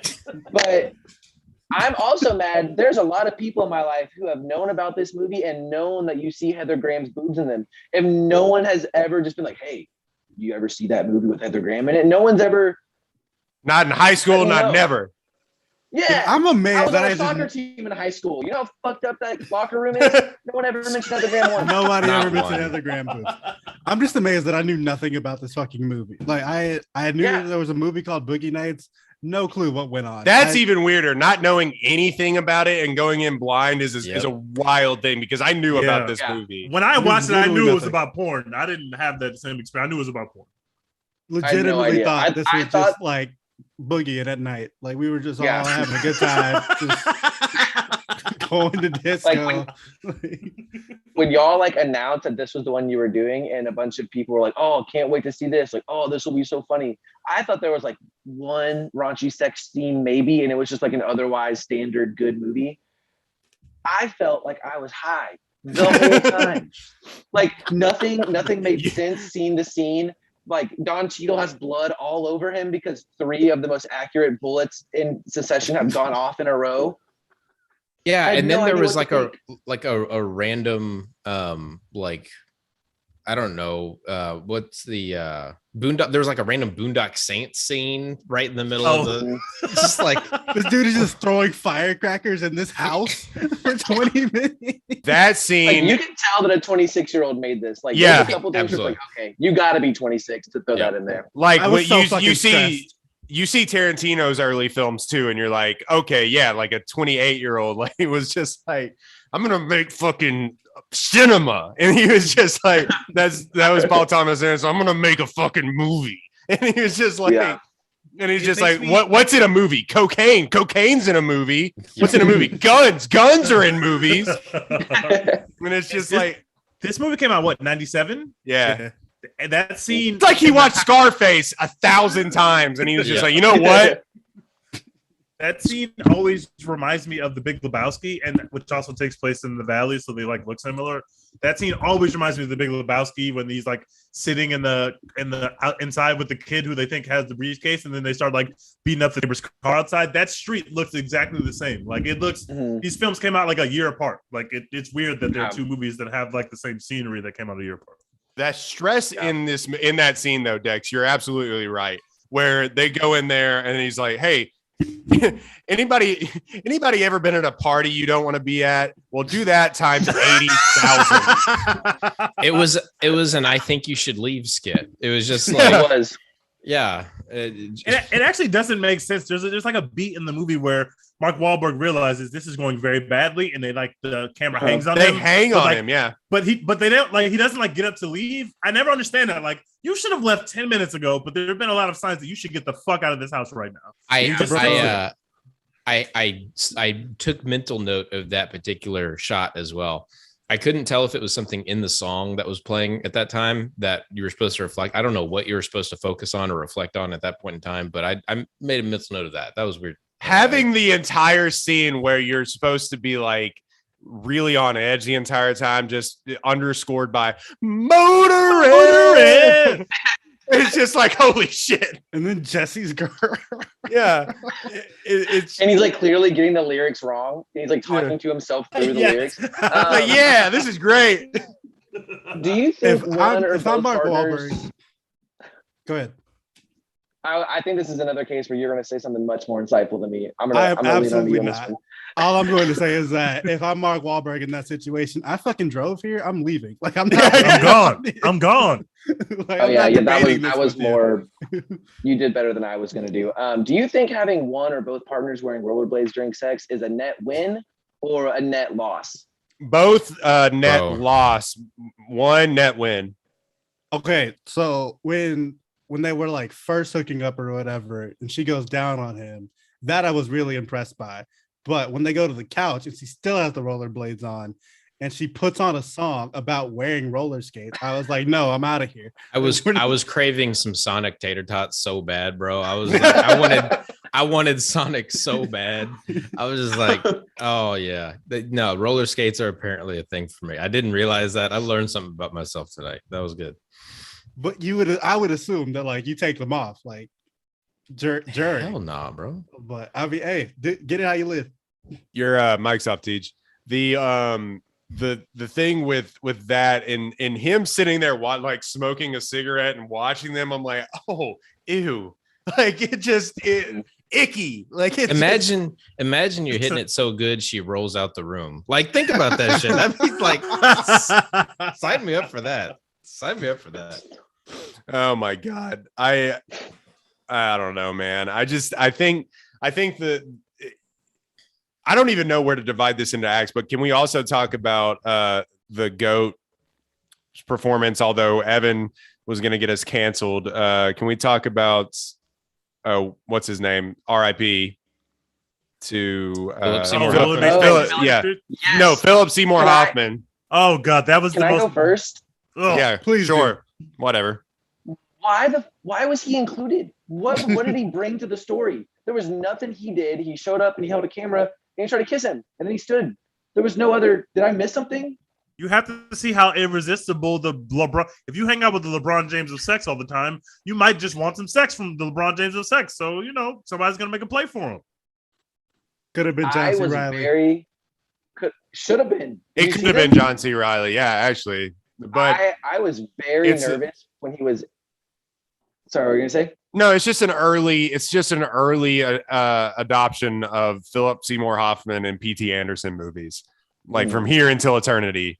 And that's what it was. And although he is trying to throw a 1,000 miles an hour, and you can see where it's like, oh, this guy may be a good actor eventually, but like he is throwing 110 miles an hour, and he's not hitting the strike zone, but he's up there trying to get it in there. I'm with Evan. Didn't need it. I was very nervous. I can't remember if this was before or after the scene where there's a double homicide, but I was very nervous when they did like that tight shot of his face in the car after Marky Mark walks away. I'm like, oh, this dude, he's going to shoot himself in the head and I'm going to have to watch it. Because he was like freaking out in the car. He's like shaking. I was like, okay, cool. This is where this party's going. No one else? I was just thinking about the meme possibilities for him saying I'm a fucking idiot over and over and over again. I'm a fucking idiot. That is what I picture when people tweet like crying and throwing up right now. Like, yeah. That scene is exactly what I think they're doing. But the funniest thing in this movie that I think is when he's first introduced and they're literally like ragdolling this girl who is just OD'd out of, and he's like, oh man, you need any help? He's like, shut the fuck up. And it's I don't know, such a passing line that he's just like, oh man, what happened? Shut the fuck up. Like that's his introduction to the movie. Like he comes in on that scene. I always love that entrance. It's such a weird entrance. Oh man, alive. What a tweet by Matthew Isbare. Let me pull it up real quick. Oh, you didn't have to read it all. I was just Matt, why don't you read it? We're at the Oh no. it has YG playing over the top. This is great podcast radio. Unreal. the gang after seeing Roller Girl do her thing. Go follow Matt Isbare on Twitter. Dirk Diggler. Wadzilla on Twitter. Wadzilla. Tej, you love this movie the most. Is there anything else that is highlighted in here that you want to talk about? I mean, Don Cheadle's character is a whole thing. Like, we've talked a little bit about Heather Graham and Julianne Moore. We talked a little bit about Mark Wahlberg and Burt Reynolds and John C. Reilly. But is there anything else that you want to talk about in here? Yes, I think the commitment of the cast to how they do the sex scenes specifically, like obviously they're shooting them in a way where we're not watching hardcore porn, but they're simulating this thing. I just think that the performances are so, it's like you have to convey that I'm new at this, especially the scene with him and Roller Girl, him and Julianne Moore, which I love. You have to be able to convey like, I'm used to having sex, but now I'm having sex on camera with someone much older than me who's going to tell me what to do, and we both have to act as actors, as like porn stars who understand what it means to be in a like it to me. There's so much that's said in the way they use their bodies and doing a scene like that, because that has to be extremely uncomfortable for an actor or actress to just be like, I'm going to simulate being in a porno movie. And there are already cameras here because we're filming a movie, but then there are also like other cameras here that are specifically in the shot, so it look like we're shooting a porno movie. Like, I just think that is something that for me, I would really struggle with something like that. So I always appreciate when actors can kind of do that kind of thing. That can't be easy to do at all. That's got to be extremely weird. Samuel L. Jackson had a bit about this on a talk show. He said it's always weird filming those scenes because there's always somebody there. Like, it's just 15 dudes in a room. Yeah. and he's like, somebody's smoking a cigarette, somebody's eating a sandwich, and they're just like, it's just like work. Eating a sandwich. Yeah. And he's like, and they're just like, oh, okay. And he said, what you do is you go to the actor or actress and you say, look, I want to apologize, first of all, for getting excited. If I do, I also want to apologize for not getting excited if that happens. He said, you never know what's going to offend somebody. So yeah, he said it's a very funny thing he said on the Graham Norton show, but it is now famous scene. It is an interesting cut when they're doing it and they don't show most of the sex scene. They showed them reacting to the sex scene, to it. Yeah. Which the cameraman going like, huh? It's like them running out of film. Like, they're like, oh damn! I was like, yo. Guys, you ever ran out of film? Not me. They are watching LeBron James' first rookie game, like in person. They got front row seats to LeBron's first ever NBA game. Of like, oh wow, the hype is We're real. Gonna get an NDA from LeBron James' lawyers. Be like, look, Mr. LeBron James, I'm so sorry. I'm not trying to disrespect you by Mark Wahlberg with a really thick headband on. And a shooter sleeve. Shooting sleeve. Oh my God. Hey, if that's what Julianne Moore wants for me, that's what I'm wearing. That's all I'm saying. A shooting sleeve, man. Incredible. That first scene he does with Julianne Moore, I was still so caught off guard just totally by the movie up to that point. I hadn't really got my bearings yet. So I wasn't sure if it was going to be like a serious movie about like a very successful like porn guy or like take a different route. So when they are filming that scene and it goes to the camera and you can see he's like, it looks like he's like focusing the lens, but my brain thought they were zooming in and I was like, oh my God, does he have a comically tiny penis? Like, is that what he's doing here? Like, are we about to find out that it is more of a Brett Favre situation? Turns out we're getting sued by Brett Favre for sure. Brett Favre's gonna sue us for this. Brett Favre. Evan had the "he's just like me" tweet all loaded up, ready to go. I too can do this job. T, am I correct so like let me rephrase. Is there a Boogie Nights trilogy? Is this a trilogy of movies? No. Is it just one? I think there's just one. I don't think I've ever heard there of it. There is one. Okay. I think it's just one. Okay, I was Googling from the hip earlier trying to learn about it, and I think just like in the thumbnail pictures, I saw what I thought was Boogie Nights 2. Would y'all watch a Boogie Nights 2? Absolutely. Maybe not now. Is this on the orange YouTube? I hope Mark Wahlberg's not in it, but I'm in. I don't think I would. Well, is Heather Graham in it? Because that changes the math. Yeah. Okay, yeah, I'd watch it. Absolutely. All right. Anything else we want to say? Oh, real quick. The Don Cheadle storyline is wild as fuck that they just like threw this in here. First of all, the choices that he's making with the cowboy shit is really just funny. Looking for his look, man. He's just searching for his look. The shot of him on the new at the 80s party or whatever it is, where he's just sitting there by himself with the dread with the big fro. Yeah, and he's like, man, I'm taking this shit off. He's just sitting there by himself looking off into the middle distance. I died laughing because this shit, I don't know, it's just fucking funny. He's like, I look like an idiot. Like, I also love that I don't know how realistic it is that a black man could be in a mass shooting and people could be dead and the black man just gets away with all the money. That's not realistic at all, but I'd love it every time. No security cameras. I'm in. No security cameras. Royden, a few days ago, you tweeted like, "How do you become a leather jacket guy or whatever?" That's exactly how it goes. Don Cheadle's Just show up. You trying to be a leather jacket guy? Everyone's just like, "What the fuck are you doing, bro?" Like, what? You just got to roll with it. You just got to eventually become leather jacket guy. Also, if I survive like a triple homicide or whatever, bank robbery, I'm not like taking that money and starting a stereo store. Like I'm doing something else entirely. I'm sorry.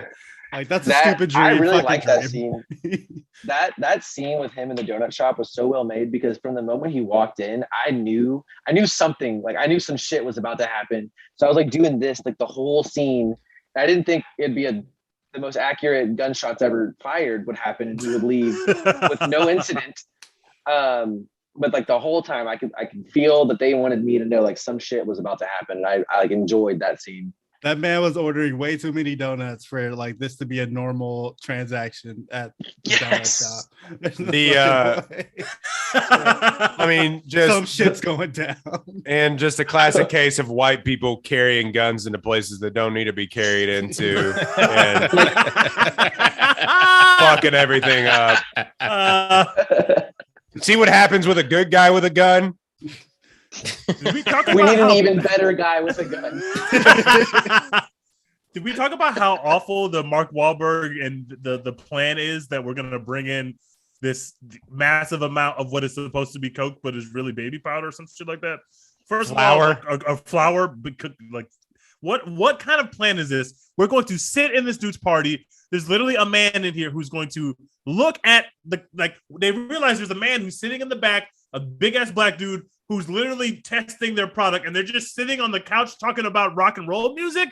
That dude is checking your product. Like your life is in danger. Get the fuck out of there. Yeah, right now. He's sitting there going, "Let's go, let's go." Like, bro, we're already up. Yeah. We got $5,000. We have the money. Let's go. We're not gonna talk about how good of a song this is. Like, if I drive you to a party and you get a gun out of your jacket as we're walking in, like I'm not walking in there anymore. Facts. I'm not walking in. I drove you. You're gonna have to Uber home. Tell me you have a gun before you show up. That's something you have to disclose if we're gonna go prank somebody. I will say that Thomas Jane, the guy in that scene, went on to be in a series called Hung on HBO. That's right. I forgot about that. Yeah. So take that for what it's worth. But yeah, just that entire scene of the guy popping firecrackers the entire time and motoring, and then just like the most inaccurate shots by that bodyguard of all time. He shoots at Mark Wahlberg didn't get shot. Double shooting. Yeah. I don't even know how he didn't get shot. There must have been the Benny Hill theme played under that because it just like literally nothing worked. And then Thomas Jane fires off one shot and kills that guy. But yeah, he says, "Fuck it, I'm doing the Punisher. I'm never getting shot in a movie again." Yeah. They didn't really explain the firecracker thing. Like he was like, "Oh yeah, that's just him. That's his zero context." They just said he's Chinese. Yeah, he said. He's okay. Chinese. Oh, okay, it's fine. I didn't want to guess wrong just now that that's what he said, but he says that, and they're just like, "Oh yeah, yeah." Oh, okay. Makes a pat on the butt. Good job throwing those firecrackers. It was the most Tarantino thing in this movie. It's just like a shootout in the middle of this movie. Yeah. So yeah, I should say one more thing, but I'm not going to expound on this point. But I told this story on Twitter before. I have been propositioned to be in porn before, so the Burt Reynolds scene always makes me feel really weird. But I wasn't a kid; I was a grown up, so it was less weird. No, expand. What happened? It's not that big of a story. I was walking through a hotel. I live in downtown LA. I was walking through a hotel where like a lot of movie people go, but I would just used to walk through there on my way from work because it was easier to get through all the streets by walking to the hotel. Walking in downtown LA is a fucking disaster. It's awful. It's awful. So I could save like 7 or 8 minutes on my walk if I walked through the hotel. By the way, the street was made up, so I'd walk through this hotel all the time. And I was coming from work one evening, wearing work clothes, and this dude stopped me, and this dude was like, "Hey," And I was like, hey. And I'm thinking like he like knows me or something. I'm like, What? You got some magic in them jeans, boy. You want to be on Whoa. Bus in 1989? he said, what's up? And I'm like, what's up? And do we know each other? He's like, no, but I just wanted to ask you, what do you do? And I was like, I'm an attorney. I'm just coming from work, actually. He was like, oh, okay, cool.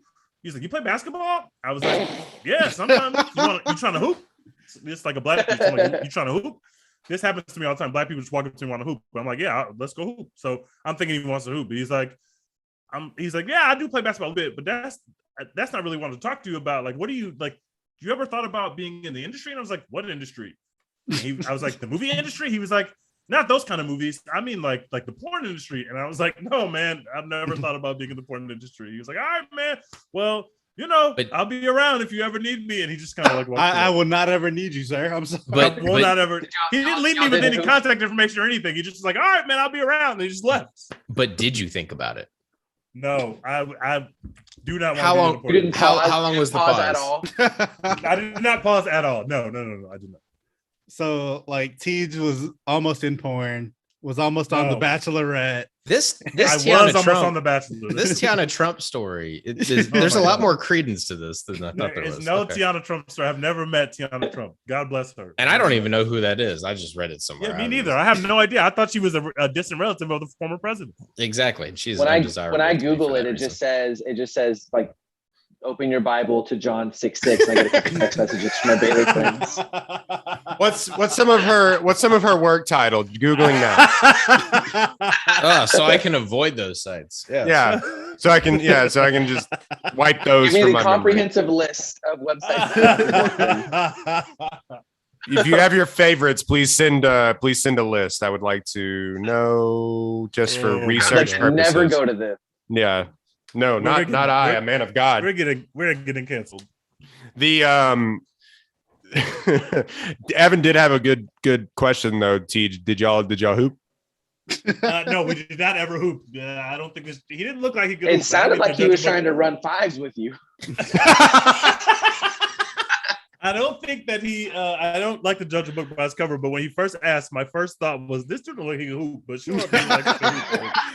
Also, for context, because I know most of you have never met Tej in person, Tej is the tallest man alive. So, it's totally reasonable that people would walk up to him and be like, do you hoop? Because this man is 7 foot. Yes, that happens to me all the time. Oh my God. Jesus. Sorry, just texting my wife that I'm flying to LA tomorrow. Packing my walking shoes.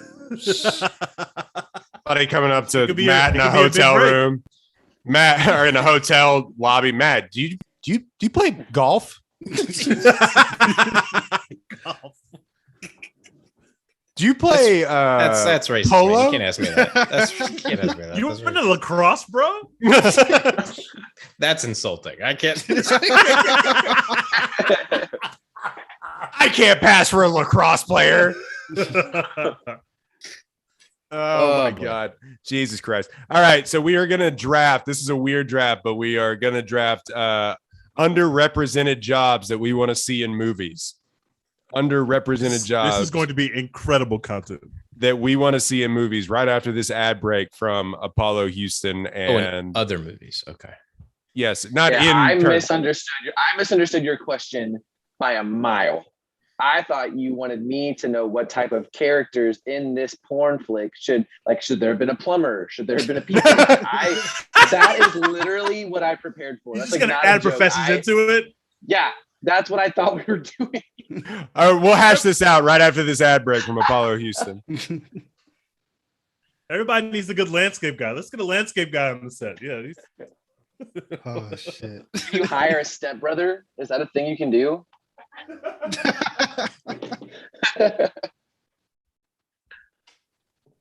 All right. Which one of you wants to go first? I got a redraft in my head, so I could go a little later. All right, bet. We'll go. I'll go first. We'll do Tej, and then Matt, Evan, and then Royden. Perfect.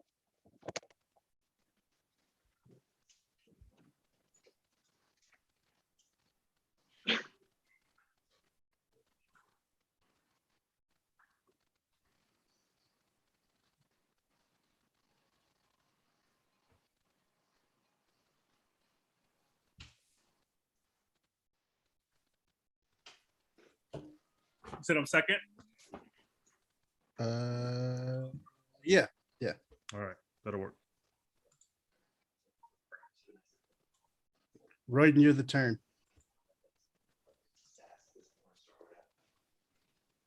Royden, you're the turn. I have the turn. Yeah. Great. It's me, Teach, Matt, Evan, you. This is gonna be a 3-hour podcast. Caitlin's sitting outside on the couch, and she just said, "It just sounds like you're screaming." That's good. All right, y'all ready? Yep. All right, we're gonna hash this out. Underrepresented jobs that we want to see movies made about. We have an order, Dex. Yeah, it's me, Teach, Matt, Evan, Royden. All right, Dex. Underrepresented job you want to see a movie made about. So I'm gonna just out of the gate just stretch the definition of job because it's something I've recently become obsessed with on TikTok. But the trophy husband, I feel like this is a really untapped market for movies. Like we see a lot of trophy wives or whatever going insane from the pressure of I don't know, upper class life and suburbia or whatever. We need a movie about trophy husbands and one of them either going on a murder spree or just chilling with the bros and being funny and playing golf and wearing Lululemon, whatever works. Just follow Matt with a camera. I wish, brother. I want to be a trophy husband when I grow up. This is my newest TikTok obsession. I just see dudes who just play golf all day and then clean the house before the wife gets home. Oh, I could clean the house so good. Man, that's my dream life. I could 7 be figures so on TikTok or whatever. And they're just at the house just chilling. I will have a cocktail for you when you walk through the door. I swear to God. I will work hard for my standing in life. I want to be a trophy husband. That's a great choice. All right. Teach, second pick. I gotta preface my pick. There's a comedian named Mike Malloy. He's on Twitter. He's amazing. He's hilarious. Mike Malloy does a bit about sharks don't kill that many people, so I don't know why we're scared of sharks, and sharks get to be in movies. They kill 5 or 6 people a year. Meanwhile, hippos kill 3,000 or 4,000 people a year. They don't ever make movies about hippos. Okay. So I want to see a movie about hippos killing people, but hippo isn't a job. So I'm going to say someone who is charged with stopping hippo attacks. I want to see a movie about this guy because I want to see hippos being attacked. I want there to be a hippo week. I want to see hippos attacking people because hippos are fucking horrifying, but people think they're cute, so people don't think of them in that way, but they're fucking horrifying. Have you ever seen the videos of hippos swimming after boats and shit? Yes, bro, hippos are scary as shit. Hippos are extremely dangerous. I want to see. I just saw Crawl from 2019. It's about alligators biting the shit out of people. It was phenomenal, and I said I want to see Crawl, but with hippos. I'm in. Sign me up. So just some river park ranger.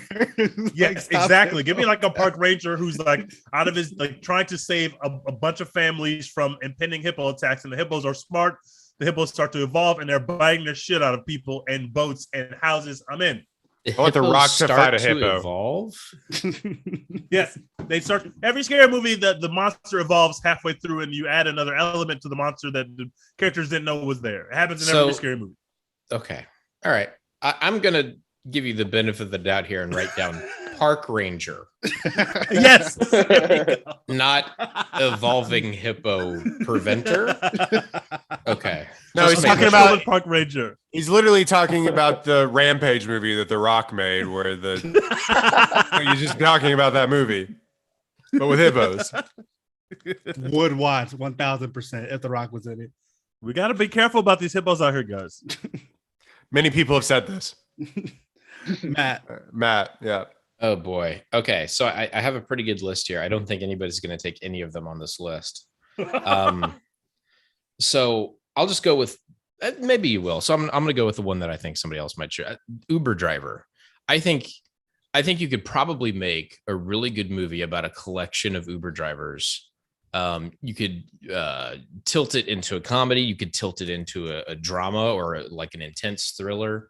There are a lot of different directions you could go. An Uber driver I don't know anybody's made. There's probably been short films made about it, but like, There's a horror movie called Rideshare that someone made, by the way. oh well, then whatever a better version of that would be, because nobody. Right. I don't think I. Yeah, it's just an interesting, well marketed version of that. Yeah, Uber driver. That's my value pick. Or yeah, I think that needs to be taken first round for me. Wasn't Batista in a movie about an Uber driver? Yes, Stuber. it was called Yes. Tuber. Yeah. Yeah, see, trash movies. Nobody's ever heard of them. Yeah, make it better. Make it better. I'm with you though. Evan. Mhm. I'm next. Okay. My first pick here is I would love to see a movie made about apartment complex staff, like front office workers. Hell yes. This is like awesome. like following them around. You know, there's always one guy who like isn't the cool guy in the office, but he thinks that he's the cool guy in the office. So he's like kind of like unnecessarily rude to his coworkers, thinking that he's like in. So I would love to see him like going home and be like, guys, I was a hit today at work again.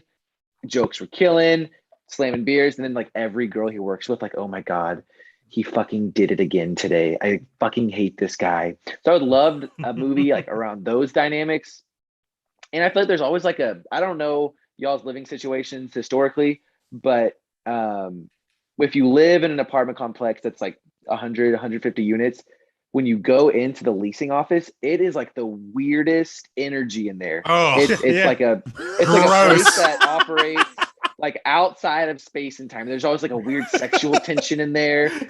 There is, bro.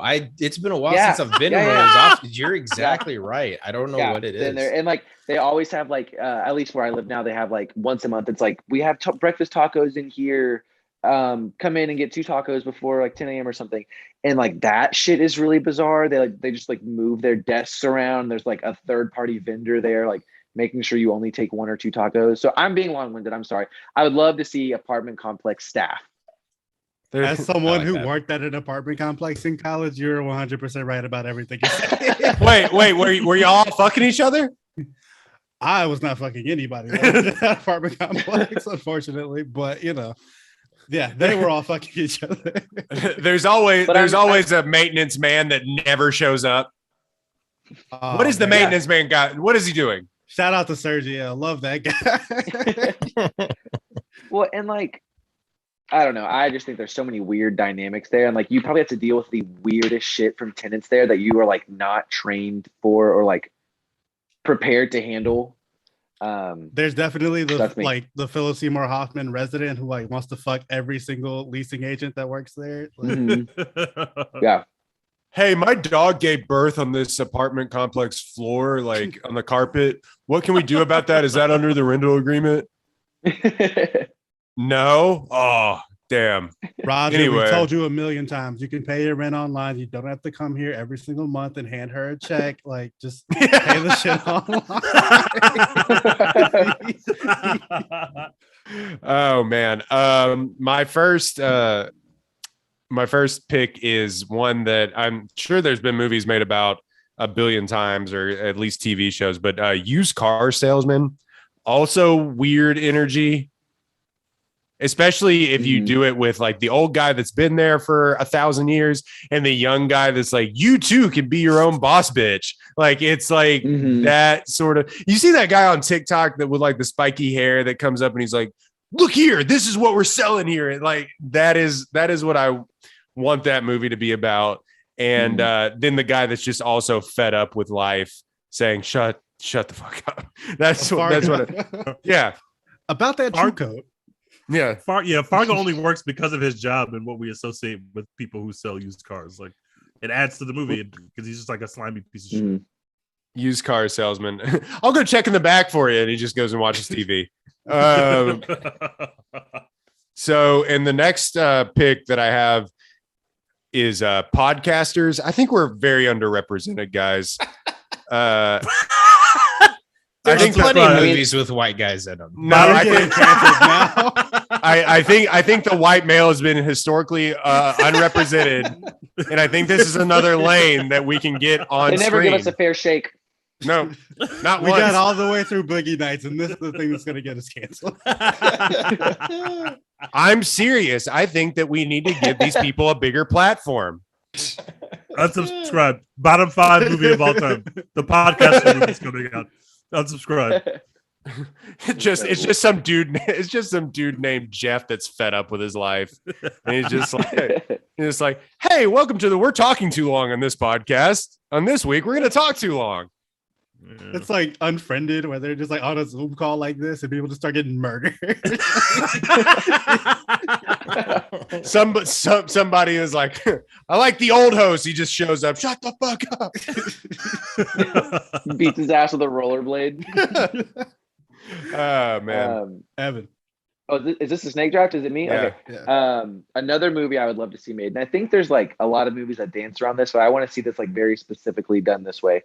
Very talented but disgraced football coach, now coaching a very shitty high school team. I just Our want Ryle story. And honestly, yeah. No, You this want the sounds Ryle story? incredible. Yeah. This sounds incredible. So I would love to see him like a well-known degenerate, like at a bar scene, like talking with his friends about how god awful these 14-year-olds are at football. And They just, like, suck these ass. They goddamn kids. cannot Yes. run an I. They don't understand Yeah. basic concepts. Yeah. And like I don't want them to get better either. I don't want it to be like a success story. Like I just want them to be bad and they Like, don't it'd be win. awful. Yeah.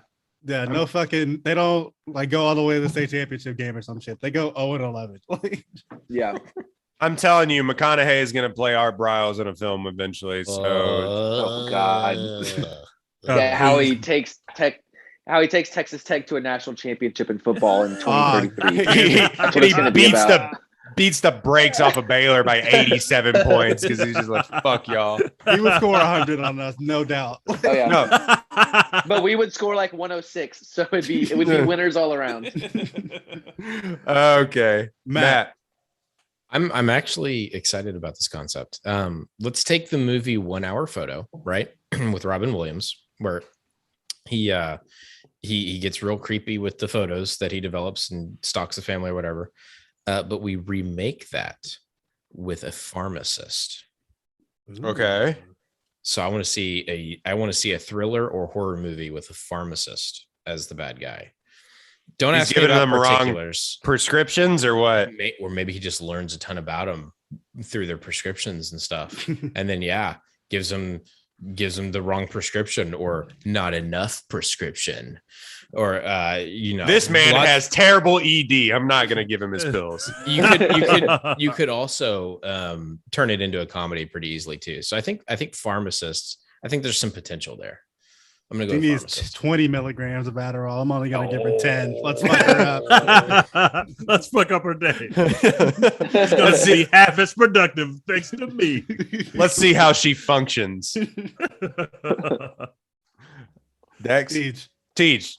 Oh, it's me. I want to see a movie about an RA, a college RA, because you can use it to have threads into the lives of all the dudes on this floor. When I was in college, for my first year, I lived in a dorm that was an all-dude dorm. Bottom 5 decision of my entire career. We had to. I lived in all. I did not. I had other opportunities across the street. I somehow ended up in the all-dude dorm by mistake. Trust me, it was not on purpose. And so anytime there was a woman around, it was like a spidey sense. Everybody had a spidey sense that there was women around. It was the weirdest thing. God, this is too relatable. Stop. It was like Burt Reynolds with that cock. He was just like, and if you were sneaking women in or out after because we can. Mike went out. Poverty Teej, lawyer, can't afford a mic. Still out. You ever thought about being in the podcasting industry? Yeah, I don't think he has the equipment. Can you hear me now? Yes. Yes. No. We do He's not out. have the capacity. Speaking of RAs, I had an RA at Baylor that just I fucked up. Sorry. No, you're back. Yeah, I had an RA at Baylor that he lived literally right next door to us, and I would partake in extracurricular activities, and he would come in and he'd be like, "What's up, man?" And I'd just be looking at him Can I pay you $10 for that? Or Yes, and I'd just be like, "What's up?" And he'd be like, "Nothing. You feeling okay?" And I was like, "Yeah, I'm feeling great." and then he would just come into our dorm, and you knew that he was stoned as shit. Just, hey, y'all want to play 2K? You're just like, hey, you're supposed to be the one in charge here. I would love did I to tell see y'all you were an RA? I was an RA at Baylor for a year. It was awful. It was the worst. It was the worst year of my life. Wait, which dorm? I was Penland, third floor. Oh no! Oh, damn! Yeah, and it was the year before they renovated. It was like I was the last person to ever live there. Yeah, it was awful. It was fucking awful. Did you know that they have meetings with RAs more than once a semester about getting your residents to stop coming in the showers because they do? No, wait, is that a real thing? I thought that was fake. I thought it was fake. That's not fake. I swear on everything. I went to 2 meetings that year where they're like, "Hey guys, we need you to reach out." They didn't have like names on a list. It was just like the pipes cannot handle this much cum. We got to mitigate this. I'm not joking. Not even. There's no way that's irony. True. There's no way that's true. I can. Evan. All right, if you're lying to me right now, because that has been an urban legend.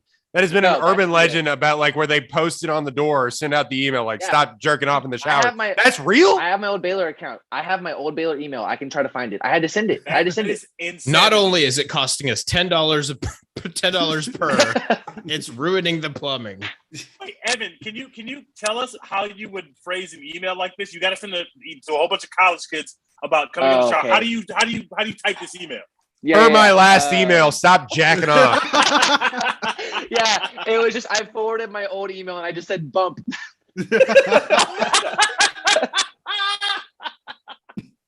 Just want to circle back on the coming in the shower issue. Stop cranking down in the showers, you heathen. Yeah. Stop shooting ropes on the walls, boys. The pipes are sensitive. This building was built in the 70s. It's not made for this. That is fucking insane. Yeah, that's a real thing I had to send. Twice. Oh boy. Holy shit! I can't follow that up. But now I'm in on this movie. I'm putting we gotta put the Evan storyline into this film. This film has to happen. Then we can follow the lives of 6 different college boys, and they're in different social circles. Some of them are having trips to the shower. Yeah, and then some of them are bursting the pipes in the bathroom. We're all just living our life. I want to see a movie about an RA. There was a time. Cool RA, like Evan is probably a cool RA. This RA like is a stickler for the rules. It makes it funny. There was a time in college. I just remember this about I came back to shower after class, and this is how fucking terrible dorms are in colleges. Somebody came back and had ripped all the shower heads off the shower and thrown them through the window in the Penland shower. So the entire showers were just pipes coming out of the wall. And it's just like, can you imagine being an RA being like, the fucking shower heads, guys? Guys. Why would anybody do that? I don't know. I'm not going to make this like an Evan telling RA stories podcast, but I do want to share one more because it's the most heinous thing I've ever seen. And I may have committed a crime by not reporting this. Oh, Lord. So all of this allegedly happened. It was the spring. I was like the RA closest to the elevator. So like if you were coming out the elevator, you were looking at like a full body length mirror on the wall. That wall was like my wall. So I was like right there, super loud, didn't sleep well all year. The kid I shared a wall with, the student, he's like 18 months younger than me. He was like, I don't know. He's not going to listen to this podcast. This is Grant Perkins. No. I don't know if any of y'all knew Grant Perkins at Baylor. Don't say his name. His name was Beep. We can mute it. He like got pranked a lot, but he was like a cool guy on campus. He was like in like one of the fraternities. He's like well loved, but he was like a guy that everyone shit on. Like that was like a thing that also happened to him. Someone hung a dead duck from a noose outside of his door, and he opened it and walked into it's Dick and Nuts, the duck and Nuts. Oh no! And he took it off of like it was like a duct tape noose. So he like took the duct tape off of the ceiling and like knocked on my door and woke me up and was like, "Hey, someone hung this outside my door." And I was just a terrible employee, and we just put it in the recycling bin, and he went back to bed. And that was like, can't recycle. That was the last. What the fuck was happening at Baylor? Holy shit, I did know Grant Perky. Yeah. See, You just look on Facebook. Yeah. Yeah. You can't recycle a duck. Stop saying Oh, his yeah. name on this podcast. You gotta mute. You gotta cut that whole segment. Royman is not doing any of that, I can guarantee. No. I might beep his name, but I probably won't. Why? Good Why the Lord. recycling bin? Yeah, why the recycling, man? Why not the trash? You can't recycle a duck. Oh, you know what? There's actually a rationale there. That the trash cans in Finland, you had to push the front door open to get shit in there. Recycling bins, it was just yeah, top heavy. There you go. You just dropped it right in. How did they get the duck? I Where made a Stop. You're business- thinking way too hard about this. Don't. I there's would not ducks on campus. You Yeah, ever there were. been down to the Brazos River? You ever done tortilla tossing? Yes. But yeah, I did. I made Not- a business not a- decision not not a- to ask any. By the way, tortilla tossing's not like a code word for anything. It's actually like tortilla tossing. My new theory is that Royden is the one who put the duck above the room. That's No. You're being very It's not a defensive. question. It is canon. Yes. It is canon. It is canon. Crime solved. Good lord. Somebody else draft. Yeah, Please. I can't follow that up. Like I said, Hey, you but can't prove that. my pick is very niche. I'm gonna go with a liquor store worker, but specifically in Texas because we can't buy liquor on Sundays. So on Saturday nights, fucking everybody is at the liquor store to stock up for the weekend. So I just want a movie about like some dude who works at a liquor store and is just like a part of all the wildest fucking shit that happens when everybody is like stocking up on liquor on a Saturday night in Texas. I think He talks about it. There is a dude at every party that at one point in the night in Texas is just like, "Hey, liquor run, last second. Who wants to go?" And that dude is very 50 p.m. on Saturday night. We can't buy liquor for 36 hours after this. That dude is very much a pick me guy, but like he's clutch. So I don't Yeah. care why. Yeah, I don't care why he's doing it. And then my second pick is gonna be like garbage men. I don't know if there's like a new word for them, sanitation worker maybe, but like, you know, just people who pick up garbage and like You- There are there's a murder. hundreds of movies about sanitation workers, but they're all mob movies. Wait, you didn't watch Fences? Oh god. That the genesis of my Viola Davis take. We don't have to get into that. That account's deleted. You can't prove anything. Yeah, garbage men. I want a movie about garbage men solving murders. Let's go. All right, Tej. I want to see a movie about, if anybody saw the show White Lotus that was on HBO this past year, there was like, it's about like a fancy smancy resort place, and it's about the people who work there and the people who were on the resort at the time of the events. I want to see someone who works at one of these very touristy, very nice resorts, like in Hawaii or some other, or in another country somewhere or something, where everybody who they meet and interact with are always tourists. They don't really talk to the local people, and just kind of get a sense of, you could kind of interrogate people from so many different places and different walks of life. I think that would be cool, but I'd have to be, into the character that I'm actually watching with the job that I actually like, but also I want to have a view into the lives of the people who they come across. I'm into it. Mm-hmm. That's kind of what the White Lotus is, and it's very cool. And I would like to see a movie about something like that. I fuck with it. Matt. So, like on that note, something similar to White Lotus. Apparently, I haven't seen White Lotus, but a You strong have to watch White recommendation. Lotus, everybody. You Fair have to enough. A strong recommendation for 9 Perfect Strangers on Hulu. Really, really good. Nicole Kidman runs a wellness resort to help people like detox or heal from stuff.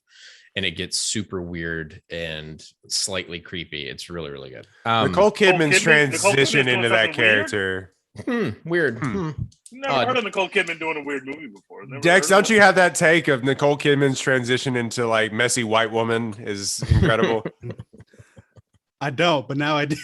I thought you did. It was It's Reese her, Witherspoon. Reese Witherspoon. Yeah. Who is Dex. like just plays the perfect racist white woman, and like it. No further comment. Dex Method acting. kind of took Dex Yeah, kind of so took that- mine with the liquor store worker. I was gonna say beer delivery man, which I agree, like a beer delivery man, liquor store worker, like buddy comedy or something like that, could be really good. I won't go there, but let's do middle school teacher. Hell Because middle schoolers are some of the worst people on the face of the planet. Yeah, Like they're just really shitty people. ruthless and correct. It's the worst combo. And just having Wait. somebody. Matt, how old are your kids? My son is 5, my daughter is 3. Okay, so good. This is not about your kids. Not or their yet. friends. He's Okay, close. good, good, He's good, good. getting close Good. though. You're He's getting- getting. You're like 2 seconds away from calling your son an asshole. You're He's just getting like, close. No, that's my He's daughter. getting My close. son is actually a really good kid. My daughter though she is mean. She is She's mean. she hurts your feelings daily. Yeah, you'll She really It sounds does. like Pearl from the landlord. Like she is Yeah. mean. Yep. Hey, do you want to? Can Daddy have a hug? Nope. And she just walks away. Nope. Just very matter of factly. Nope. So yeah, middle school teacher. Yeah, and just like somebody just doing their best, but middle schoolers just hate this guy or girl, and it. Yeah, however you want to play that. Evan, speaking of a John Mulaney bit that he used to do, where he would say, "Middle schoolers say the thing about you that you don't like about yourself." First, It's they so say that true. first. It's so true. Yeah, very true. Look at that tall guy. He has feminine hips. Exactly. Incredible. All right, Evan. Is it me? So John Mulaney, I was in New Orleans this last weekend, and there's I don't know if like street workers is the right term or like vendors, but there's people of all shapes and sizes that line Bourbon Street trying to get money from you for a service. Buskers. There's like tarot card readers, there's like street drummers, there's people who like paint themselves gold and are like frozen and they want you like $10. yeah, it's one of those things. So I think a movie about a person who does that all the time, because like there's women who show up and like are tarot card readers, and they come from home for sure. They have a whole setup. It's a living room they've created. So I want to know what they're doing when they're not there. I'd love to see a little I like that. That's good. a period piece about what those people are doing when they're not covering their body in like paint and freezing on street corners. Middle school teacher. Yeah. Yeah. It's the same movie. Or what are the statue guys like trying to pick up women at a bar, and like they ask him what Yes. he does, and he's like, "I'm a statue guy," like in front of like the Jackson Square or whatever. Like, You've probably seen my work. look me up. Have you on been to Instagram, Times search Square? the hashtag. You ever seen Spider-Man in Times Square? Hey, I'm the guy in the Elmo costume, Cookie Monster. That's me. You seen the viral clip of Cookie Monster Dougieing at that Halloween party? That's me. That's what I do. I've entertained millions across the world. You probably Speaking of Evan, go follow Evan and Matt on Twitter. But the funniest thing that you ever tweeted was your child size Eminem costume is the funniest fucking shit I've ever seen in my entire life. My girlfriend was so annoyed because I just told her I bought something. I was like, yeah, I'll have it. It'll be with me. It'll be fine. Because I couldn't find Fred Flintstone. So she was like, okay, just find something. And I was like, okay, yeah, I got it. I'll meet you there. So she's like getting dolled up. And I knew I had fucked up at this point. So I leaned into it. But she's like getting dolled up in the bathroom, doing like the Wilma thing. I just walk in. It has like the hamburger helper hands on it too. So I walk in to the bathroom and I just like slide in next to her. It was awful. And all of her friends are married. They were all there like in couples, like cute costumes. Like they built like a picture board to stand in. So I'm literally just like standing in the picture, and like the glove only had 3 fingers, so I couldn't even like hold her hand in the picture. It was not my best look. It was not my best look at all. There is just a insane. picture of her like in the mirror and like as Wilma Flintstone. Like you're supposed to go as Fred, and it's just Couldn't find one. It's just you in a child-size Eminem costume. That's amazing. My midriff was showing like half the night. Hold on. I'm sorry. I don't want to embarrass you even, but it's the funniest. It's Come so on. goddamn funny. Hold on. Here it is. Yes. Partying the normal way. I forgot there's not a Incredible. I forgot there's not a place for your head to come through the top. It's just, Yeah. I was expecting a place for your head to be at the top. I didn't know you were going to be fully in there. Nope. Those of And you he look- listening he on the looks podcast, check our Twitter to see this photo. Oh Holy my shit. God. It's the sad Eminem too. It's not like the happy He's Eminem. so guilty. He's so guilty. Oh. She was You such can a literally stripper about see it. the shame. You can see the shame in Eminem's eyes that are not even Eminem's eyes. You can I just see the retweeted it from the One Take Podcast account, so go back and Oh my god, It that is- insanely good. Yeah. oh my And I God. kept that on. I kept it on all night. I was putting my hand under my thing to drink beer all night. I cannot imagine how like I can't imagine because most women, they have this idea that we're gonna come as this cute couple costume. Yeah. And And y'all, I did not know these people. These people did not know me. Oh, I wasn't no. like That makes I it so wasn't- much worse. I had met them all maybe once, and I was like her new boyfriend at a Christmas party. So I was like very even keel, made a few jokes, and like kept it clean all night. This is their second time meeting you. Some of them more than once, but like all of the husbands for sure. Second time meeting me. And it's And then, been you know, like we've been dating, nearly like- a year. Yeah. they were Holy definitely shit. you know what's funny is in their mind they were probably like, that was funny as fuck. Yeah. Oh, dude. their wives and girlfriends were like, can you believe that? And he was just like, they're like, yeah, no, Because what? they all like have like makeup on. They did the whole thing. Yeah, I was not the coolest person at that party. You'll be surprised to hear. God damn. Already too big. Holy shit. My first, I can't follow that up, but my first pick is someone that works at a Spirit Halloween. Mm. Ooh, Oh, that's a nice. good one. Is because they literally just buy defunct buildings and they're like, all right, we're in here 2 months, get your shit. And so like I just can't imagine the process. That dude has to be a millionaire. There's no overhead on that on Spirit 2021 Halloween. Halloween Clerks. I think that's a fantastic idea. Oh my Mhm. God. And it's just like, hey, my son wants to be the scream monster bad guy. Do you have the scream? But with like the blood on it. And you're like, oh, Jesus Christ, over there.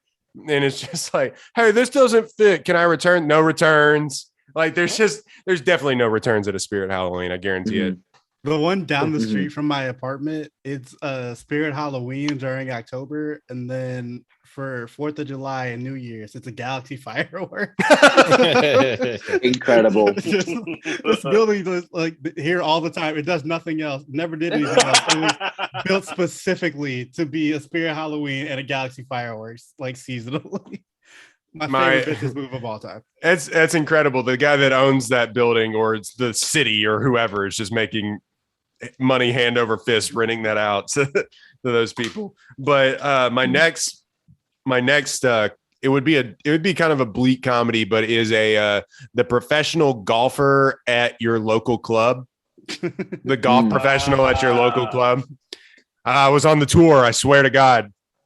Look it up. Google What, me. where are you? me. Where are you? Hey, Dan, go pick up the golf balls. All the kids are like, I hate golf. I only come here because my mom makes me. It's like that was a big deal back in the day. It's like I don't give a shit that you were a pro golfer. I don't give a fuck about you, dude. Just Yeah, teach you were me. a mediocre pro golfer missing all the cuts. Like I don't give a fuck.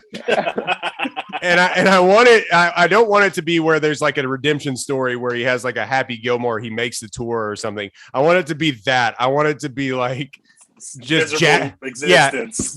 Jackson is coming up for his golf lesson, and he's a piece of shit to this middle-aged golfer. I want that movie. I'm in on this. All right, Evan, next pick. This is like also a very narrow category, but I think like I would love to see a movie about like athletes or just like any athlete. Could be let's say a basketball player. The guy who is not the star player, not like a total bench rider, but he's like his main role is like being the guy that everyone else has a cool handshake with. Yes. And just like seeing like him spending time at home, like in the mirror, working on like the lineups, handshakes, averaging 3 and 3 a game. You know, he's gonna stay in the league. You want Like, to see a this is movie like- about Jeremy Lamb? Yes, who was Russ's guy on the Thunder? Cam. it Cam Oh, that Payne? was That was Campaign. Campaign is good. Yeah. Campaign is good now. Yeah. And it could be a happy story. He could become a sixth man someday. But that's the movie I want to see. The Dap Man, a basketball team. I would definitely watch that movie. Holy shit. Oh yeah. Kevin Love Story. There you go. Boo. Matt. Kevin Love cannot do handshakes. I know that. He's definitely not the best on any team he's been on. That feels racist. Kevin So Love, just because he's white does not mean that he cannot do handshakes. I stand by it. Stereotypes come from a real place in this scenario. is it me? It is. Yeah. Social media manager for large Hell yes. brands. Hell yes. Do the Sounds movie. amazing. Do the most recent movie with the guy who did Nightcrawler. I can't remember his name. Gyllenhaal. Yes, with Jake Gyllenhaal. Remake that kind of movie, but with a social media manager, and that's fire. Or you do that where the social media manager is actually a serial killer and is dropping hints in the tweets. Something like that. I'm on a horror kick or something, on a thriller kick. No, I'm just thinking of, I need y'all guys to do this TikTok trend right now. Exactly. When you I first think said there's a lot that, of potential there. my thought was like some like social media manager who has just the stupidest Twitter scandal of all time that they have. Yes, to, that's also extremely tweet possible. their- The lady who man. got fired on. Yeah, I want plane. that. Yeah. I want the Africa plane lady to. Yeah, exactly. I want that. She thought that was a banger right before she hit airplane mode. And she's like, I cannot wait to see. I might buy in-flight Wi-Fi just to see my numbers run up. the social media manager for like a football team who tweeted some racially insensitive image. Exactly. The FSU, Exactly. The social Florida media State. manager. That's what we need. So Yep. that's whoever Texas Longhorn sent a picture of Bebo and the ghost that looks like KKK. This is just a movie about their lives. That's on me. I'm gonna say a UFC fighter, but really, I want a movie about anybody who like lives their life in kayfabe. Like Colby Covington is always playing a character. I think it would be really cool to get to go be like alone with them at home, and they finally have to drop the character. Or someone like Rick Ross, who's the greatest rapper of all time, but literally never breaks character. I want to be at Rick Ross's house with him when he finally has like he's just by himself and he's not Rick Ross anymore. He's just like William. Goodness Or whatever the fuck his real heavens. name is. What a I day at need- work. The Riff Raff movie. I feel like Good the Lord, Riff Raff Frederick. movie. I want to see that movie because I'm really fascinated by the people who. No, play it's just characters all the it's time. just Rick Ross, and then he's just like, God, I cannot believe that we are doing this still. Can you believe this? You'll address me as William Roberts. Officer William Roberts. Yeah, I do want to see the Riff Raff movie where it's just like, hey Kyle. Yeah. Just like getting coffee with Riff Raff, and he's like, "Oh my god, I have to get these braids redone this week. They look awful." I gotta lift weights. Did you know that's part of my brand now for no reason? Yeah, the Jody High Roller saga. I would be a Thursday night viewer of that one. I'm in. What's his face just tried to make that in Spring Breakers and got sued for it. The cooler Franco, right? Yeah. Well, Debatable. James. All right, I'm gonna take us home, close us out. I can't believe that this hasn't come up on this podcast yet. I'm gonna take special teams coach out of college. Hell yeah. I was gonna throw in honorable mention pole assassin. Oh, I need a God movie damn about it. this special teams coach who makes like twice as much money as any other special teams coach, Love it. leaving his wife for a stripper and having that Guys, stripper's pet please monkey do bite a not. child. This is not a podcast about Texas football. Can we please avoid any trauma? Or That's Guys- the cool thing about this story, though, is it transcends sports. It transcends Quite media. literally stranger than fiction. A flashback scene to show Yeah. why the special teams coach is so enamored with monkeys. Like, there's so much potential there. I love it. Like The I whole need the saga. origin story, like when the stripper first like got the idea that she could put a monkey in her act, A and love like story better than Twilight. Because how do you come up with some shit like that? Guys, Next level please. genius. This is not a Texas football podcast. It's No, we not. It's need about to- movies, about and this is a movie that we need. No, this is Guys, Do we you need think- to. unsubscribe from this film. We got to get the monkey's perspective. To be honest, Yeah, I was gonna ask. Do you think that she wanted to put a monkey in her act and then went and found a monkey, or do you think she saw a monkey and was like, "Hold up, I can cook with this. This could work." There was a random monkey just running around the strip club one night, and she was like, "Wait a minute." you know how they were gonna make a movie about Michael Jackson's monkey Bubbles, but from Mhm. Bubbles' perspective. Just cancel that and do this. No, we should not be doing anything to make fun of Texas football. They're doing It's like enough that of it on the mini field. series. Have y'all heard of that mini series about like these adults at a party and then one of them like slaps a kid that's not their kid? Yeah, the slap. Yeah, we need that, but with this monkey bite. Like Yep. that. Perfect. You let your monkey bite my child. Yeah. So another one that I was gonna say was a professional water slide tester. What an awesome job that would be. Until it's not. Until you see Until Final it doesn't. Destination. Yeah. Any other random ones that we have that we want to throw in there? No, I gave you all the good ones. You just made me think of like Yeah. the people who have to go like get people who are stuck on amusement park rides. Yeah. Firefighters. You want a movie about firefighters? I once got stuck on a water slide at Slitterbine. Like some dude. No, was you like, didn't. Come No, you get me. didn't. What? Yes, I absolutely did. How? You said this way too casually. My I've leg, never- it was a tube slide. My legs at the top of the tube slide, and I like slowed down, lost all my momentum, got stuck. The legs hit the top of the tube slide. How were you sliding down? Were you sliding down in the fetal position? No, like I was on a tube, and like it's like On enclosed. a tube. Okay, not Yeah, like I was on a tube, enclosed in a slide. My legs hit the top because I like bounced or something, and then I got stuck. So some dude had to like hop off his Jesus. lifeguard perch, slide down the slide very slowly so he didn't like kill me. nail you coming down. And then we like rode together down the slide. Oh Did you let my him in your God. tube? He like was in another tube, like pushing me. So how's the weather out there? Going good? You're the first That's person a- I've ever seen get stuck in this fucking slide. Yeah, congratulations, dipshit. Just Oh, like- wow. Was it one of those water slides where like it was only a half circle so everyone could like see, or was it like a fully enclosed, totally dark tunnel? Fully enclosed, thank Oh, God. thank God. Okay. I was in like it's like one of those like red ones where you can like kind of see outside, but everything is just red. Like, Uh-huh. so yeah. Ah, I sat there for a couple of minutes and they were just like, kids should have been out of the slide by now. I wonder what's going on. I want Yeah, a well, movie. walk me through. Oh, sorry, go. yikes. No, go ahead, Evan. I was going to say, walk me through what you were doing between the time when they thought you would come out of the slide and when they realized that, okay, he's not going to be out of the slide anytime soon. I was trying to like push myself.